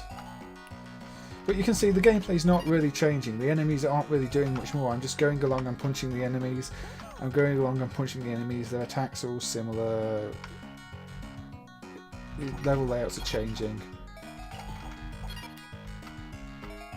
But it's not really developing. I mean, when I was playing Penguin Brothers earlier, you could see the new elements being thrown in the mix, new enemy behaviours, different ways of enemies dealing with what you're doing to them. This just does this for however many stages it does this. I credit fed through it when it was first emulated. I think I uploaded that credit feed run, I'm not sure. Just to make sure it was all, you know, it ran properly. And it does. I guess it was a little bit disappointing because, you know, this is one that I was hoping to see emulated for a good 15 years, and when it was like... It's not as fancy as I thought it would be. I mean...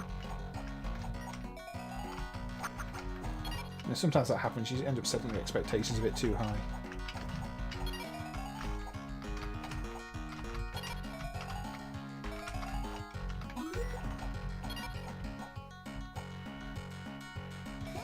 I've not studied it to see if it changes how anything works. I think the dynamic games have a weird mapping as well. Not so much an overlay, but there's the first pair of 68k ROMs are just full of garbage, and it seems the only thing they use from the first pair of 68k ROMs are the boot vectors. But then again, those dynamic ones are possibly, you know, possibly prototype or very limited distribution, so they probably didn't care.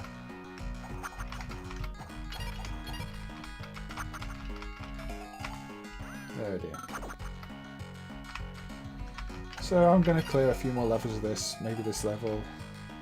But I'm sort of playing this one on autopilot. You don't have to think about it. The artwork's not bad, is it? It looks nice. But I don't know. So anyway, yeah, I'm going to quit out that one. Ooh.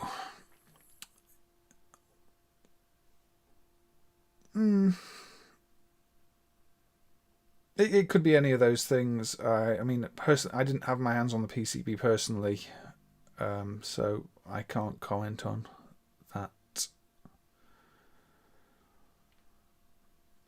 Let's see, what's on my list? Okay. This one, Funky Jet by Mitchell. Now, this is on very, very similar hardware to Tumble Pop, but was developed by Mitchell. It's one of those that for quite a while was not emulated properly in MAME, because it's one where the data ease protection, unlike the other single screen platformers, is actually used a fair bit and gets used near the end of the game before it scrolls up to the bonus stages. So for a long time in MAME, the game would lock up at that point because the protection simulation was based on a bootleg, and the bootleg probably crashed at the same point. But this is just about a single screen platformer. Yeah, the Unico music wasn't very good, was it? You select your stage.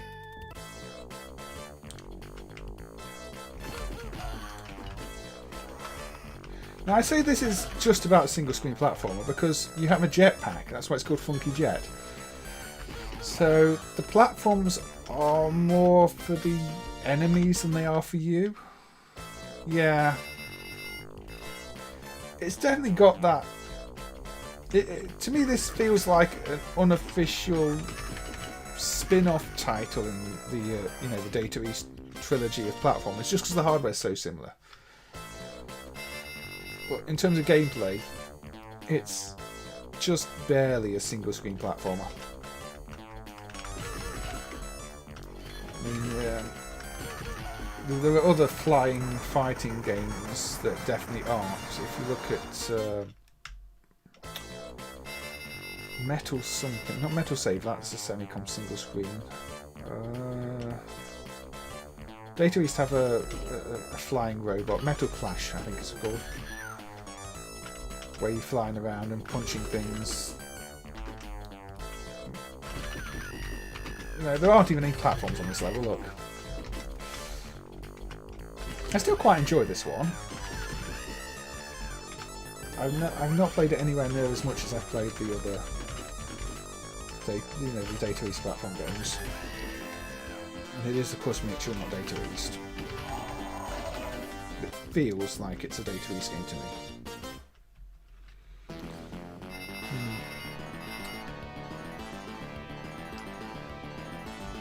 It's structured like the single-screen platforms, at least.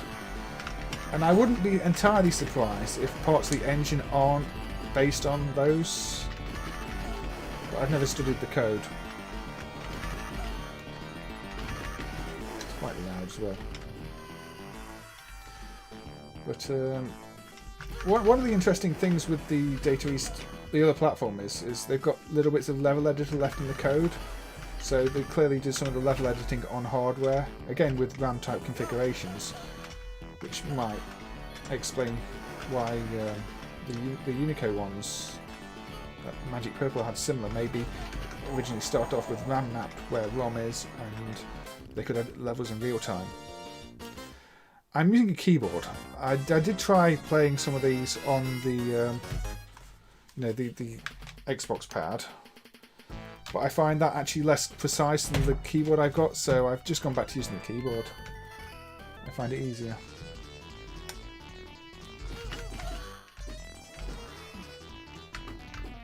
I don't get on with controllers that well.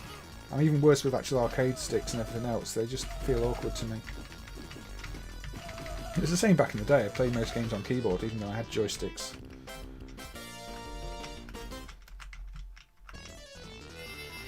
I did notice there was a glitch on the far right side of one of the screens there, so this might need a slight scroll offset like Tumble Pop actually, which again is interesting. The playfield isn't quite balanced, is it? Feels like it needs to be scrolled 1 pixel to the right, and Tumble Pop does that, which is quite odd, because other Data East games don't. Which again does tell you just how close the hardware is.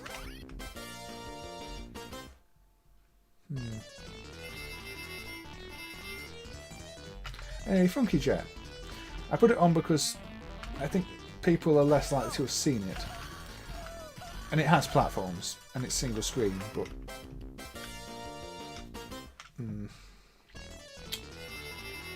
it is more of a fighting game. You're punching things, and it seems quite shallow.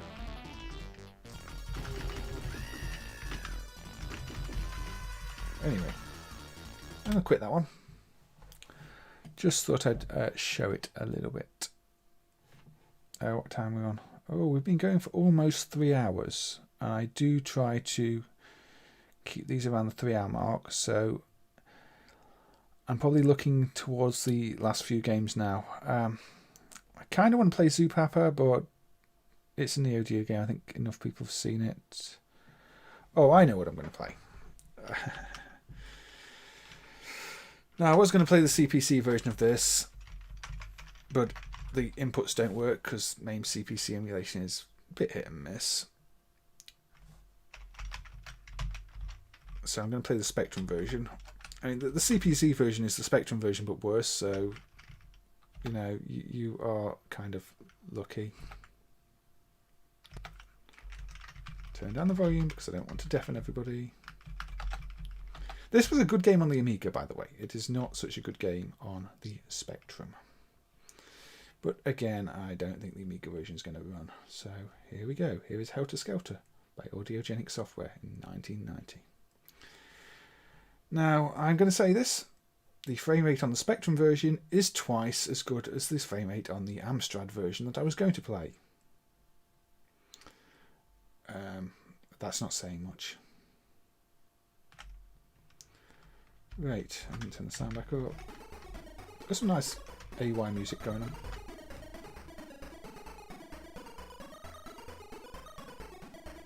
Has anybody played Helter Skelter?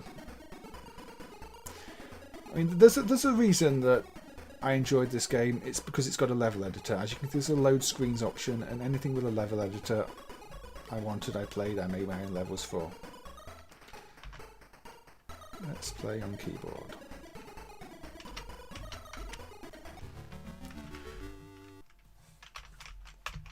Right, so you have to get the enemy with the arrow above its head. If you hit the other ones, they split in two and cause you more problems. And you've got to do it within the time limit. There we go.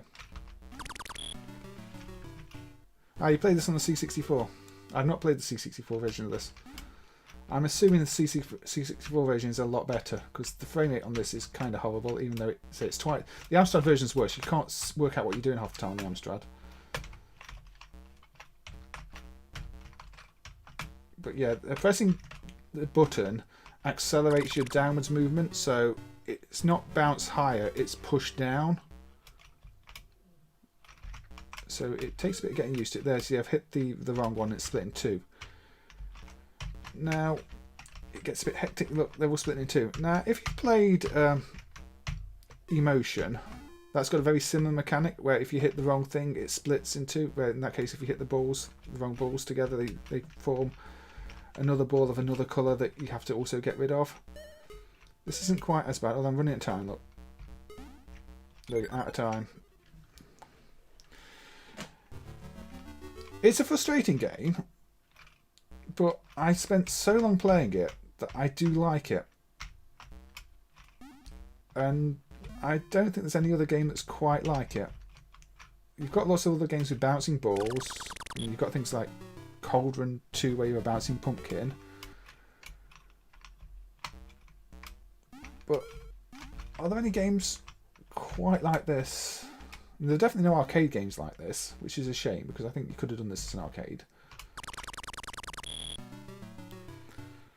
Bill's Tomato game is more of a puzzle game.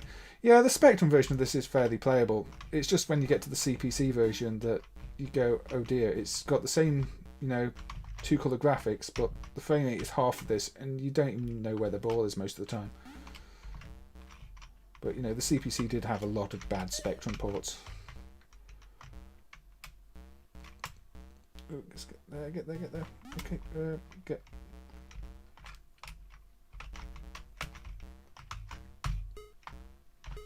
No, I'm going to run out of time on that. Oh, just. Yeah, you are the ball rather than the thing shooting the ball. It's got the split in two mechanic, hasn't it, like Pang, when you hit things. Although that's really, I mean, Pang is asteroids with gravity, isn't it? If you think about it. Really? No, that's bad. That's bad. Just wrap around. Can I brute force my way through this level? Maybe? No. There we go. Yes, I can brute my force through this. Yeah, it's a shame the CPC had so many weak specs. See, now the problem is now it's getting a bit too fast, and this is where the frame rate doesn't help, because what's going on? I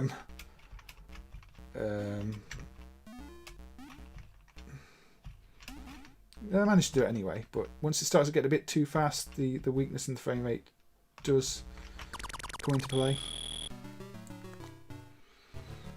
But yeah, I don't know if there are any modern remakes of this. I've never checked, but if there was a modern remake of this, it's probably something I'd play. I need to get back on the middle platform, don't I?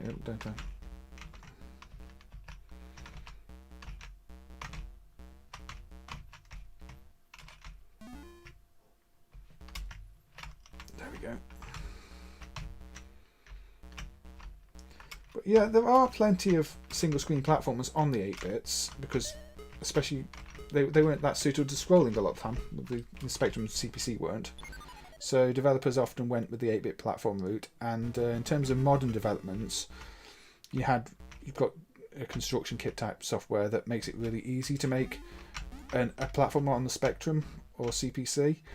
So you've got a lot of games as a result of that single screen platformers. Maybe too many, because most of them don't have deep gameplay mechanics. They're just different assets on a very simple type of game. So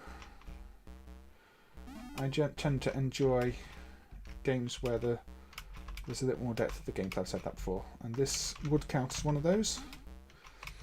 So it's a playable little game that I enjoyed. And obviously the Amiga version is better than the ST version. I actually had this as a double pack with Loops, which is a puzzle game. But yeah, that's Helter Skelter on the Spectrum, and it's one to check out if you want something a bit different that is still a single screen platformer.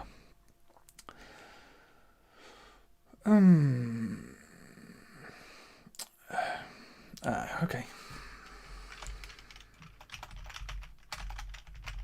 Peter mentioned Bombjack. I'm going to go with Bombjack Twin, which is a nice little follow-up sequel.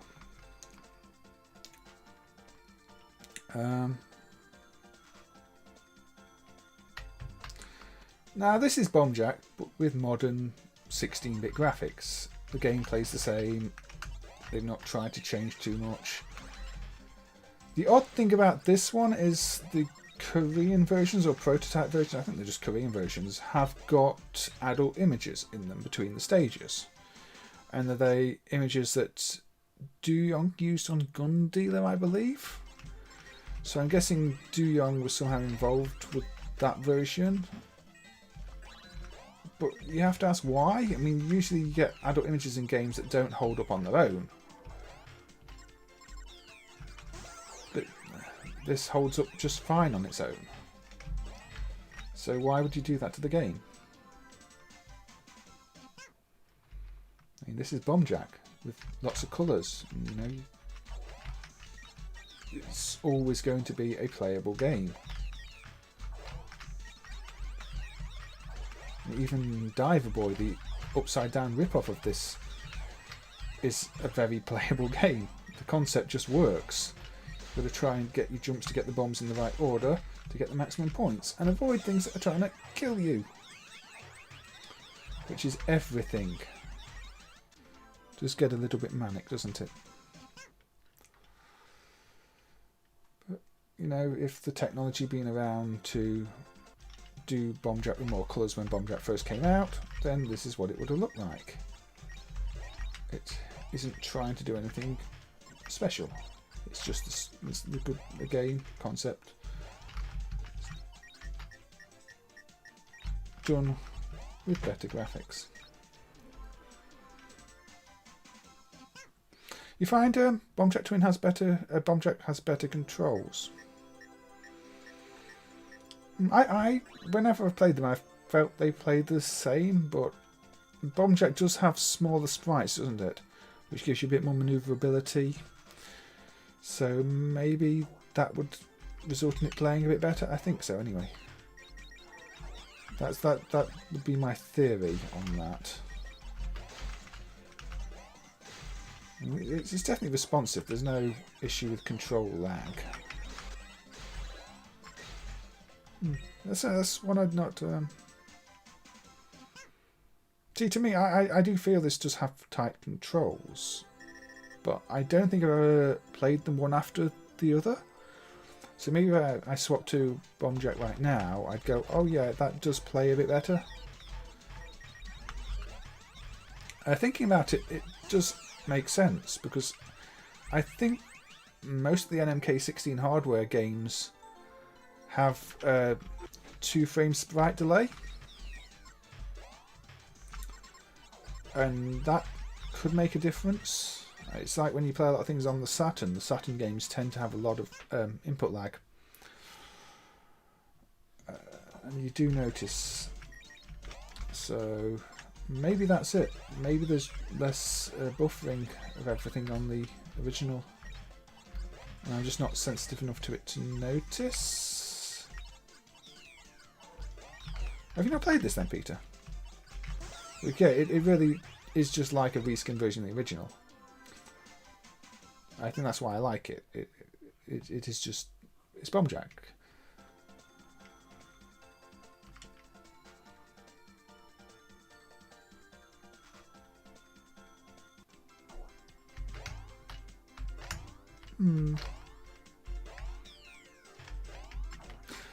It's something I'll have a look at. It's not something I considered, but it sounds like you've played a fair bit of the game and compared it.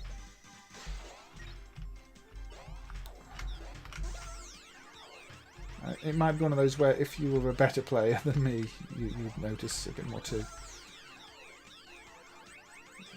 I get worse every time.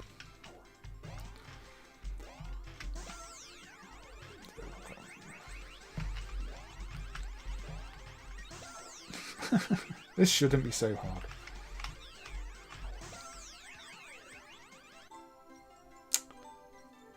Okay. I did fine. I'm going to put the original in. Original on then.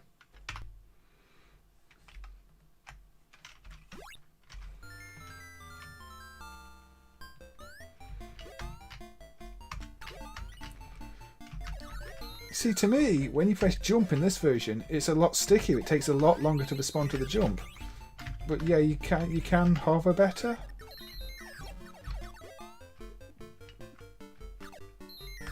There's a noticeable delay in the jump. But that hover's easy. And the sprites are smaller, so you can squeeze through the gaps better.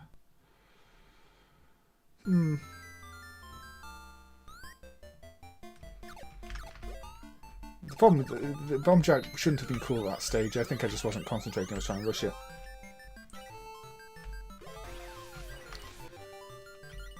This feels slower and more deliberate to me.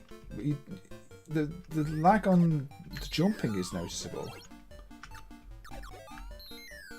It caught me out there. I pressed jump too late and didn't jump. I don't know. I mean, personally, I felt that Bombjack Twin controlled a bit better.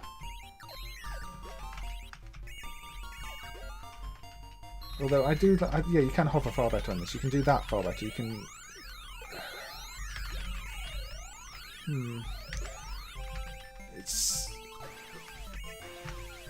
It's just different. It reminds me of something else, which I mean, I'm over 3 hours now. What's it called?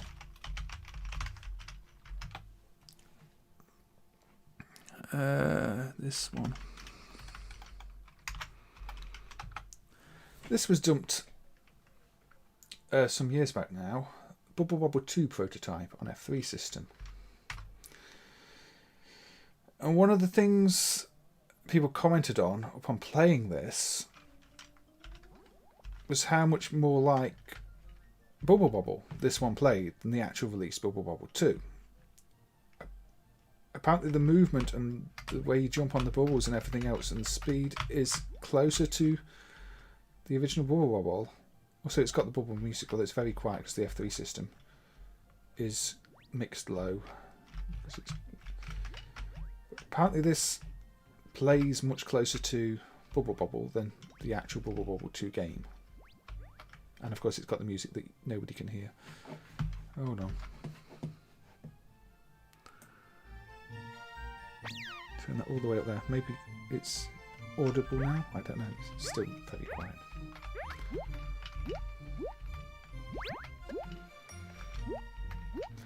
But yeah, for Bobble fans, this was one of those golden prototypes that turned up. It's like the Sonic prototype that recently turned up with the UFOs in the background of Marble Zone. You know, obviously this wasn't known about until it turned up. But in terms of how it plays, how you can see it's a link between Bobble and Bobble 2 that came out. Bobble Memories. Was it Bobble Symphony? Yeah, this is one they looked at and played and go, oh, yeah. It's interesting to see at what point they changed how certain aspects of the game worked. And also, of course, it's got the music, like I said.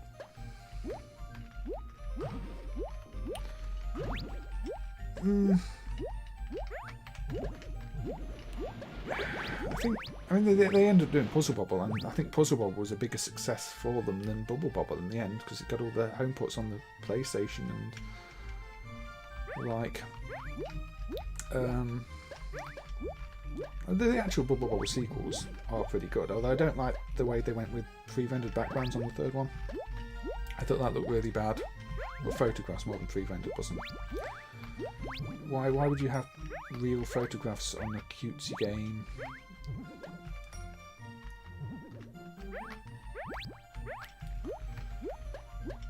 Yeah, this PCB would sell for a lot of money. Luckily, you know, the guys who found it just got it dumped and got it emulated because they were big Bobble fans. You know, they wanted to see this emulated when they found it. It's not a case. It wasn't a case of money for them. It was a case of, wow, we found this thing. This thing is really, really amazing, and everybody should get to see it.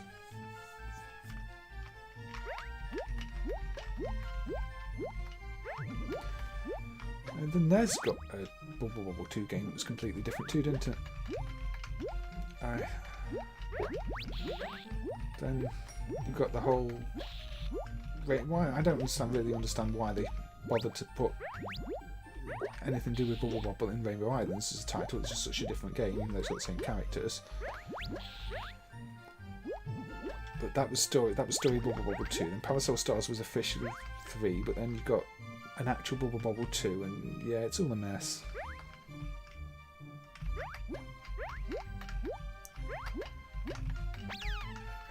Yeah, I'm going to close that one now, but that's a prototype worth checking out. Put the volume back down a little bit. Right. Oh,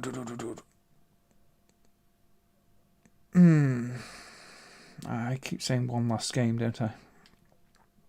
I should probably complete the trilogy of Joe Mac Returns, but I want to do Joe Mac Returns on a different episode. I want to do it on a sequels I really enjoyed, because I actually like Joe Mac Returns more than the original, even though the original was fantastic. I could go with something really bad.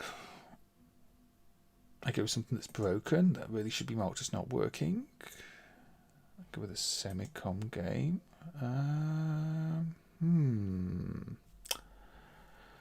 I don't know. I could go with that. Oh no.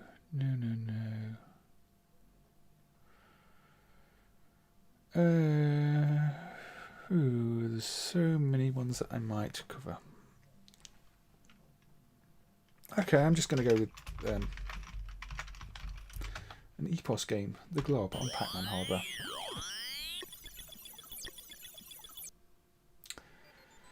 It's a platform game, right?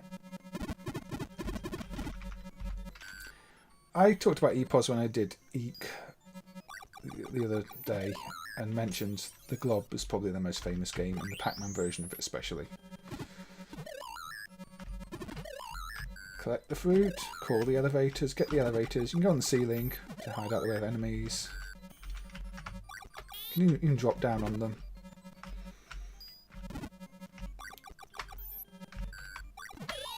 Just crush them with the elevators. What's not to like about this? Apart from maybe the music, which is just random sound effects.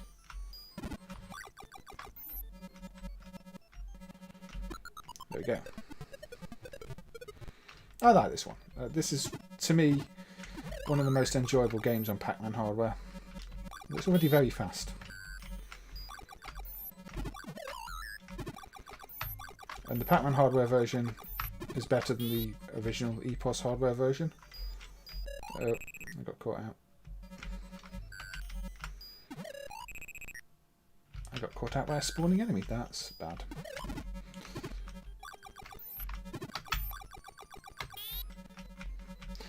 See, the elevator's not on this floor, so I have to go to this floor. They don't move around themselves like elevator action.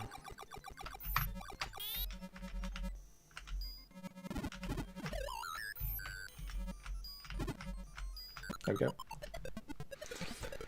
I don't think as many people play this one as should. Okay, see, it does get ridiculously fast like this already. But it's a good game. It was heavily bootlegged back in the day. We've seen so many bootlegs of this, so it must have been popular. I want the lift back, thank you.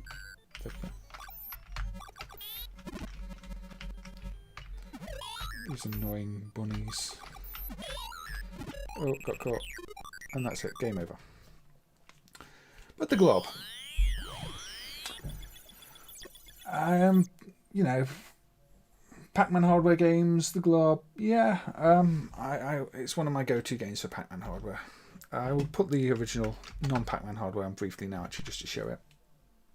This is the EPOS Techstar hardware, which uses a frame buffer.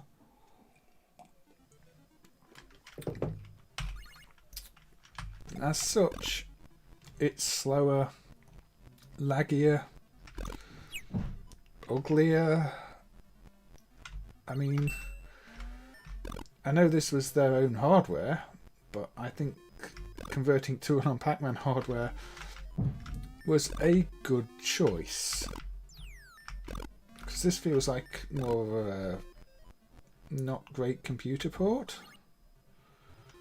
You know, one that can't maintain 60 frames a second, can't zip along. The game is also called Beastie Feasty, by the way, if you've not familiar with the name, The Glob. It's a different game to play, really. It's like playing a port of the game, because it is a port of the game. Well, Pac-Man one's a port of the game.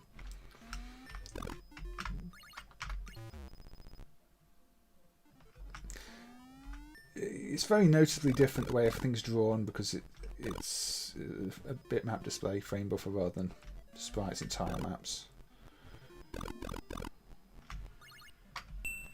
Still got the same gameplay, it just doesn't feel as addictive.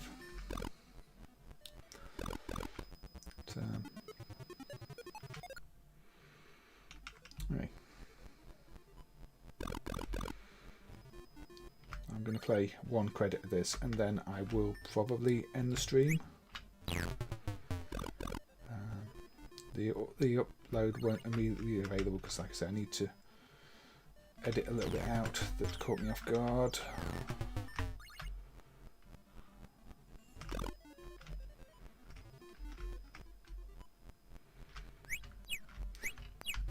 There we go, I died.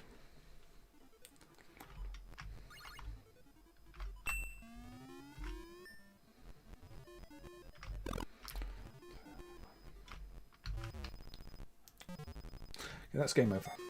Right. Okay, so yeah, that's 3 hours and 15 minutes of single screen platformers. There were some I didn't get around to covering. There's enough for maybe an hour to follow up stream, and there are games here that I'm bound to play again on general, not theme streams. I might even at some point go over the same content and play them again, because with mainly it's a lot of games, but you always come back to the same ones you like, the same ones you want to play, and it just seems to be how it is. And you're thinking, you've got this list of games, many of these are worth playing again, see if I do any better, see if I do any worse. Thank you, Casado, and you too. I hope your evening goes well and you've had a good day, and this has been enjoyable for you to watch. Not necessarily even the ones that I grew up playing. I mean, I didn't see most of these in the arcades, but they're just genres, ideas, themes that appeal to me. Good night to Santori. And you off, Peter, as well? Yeah. Oh, okay. I do want to say, if Main Fan is still here, thank you very much for the super chat you sent earlier. That was I still have no words for that. That was quite something. I've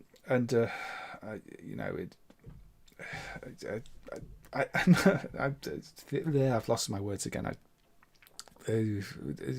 It's fantastic, and I will put that to good use.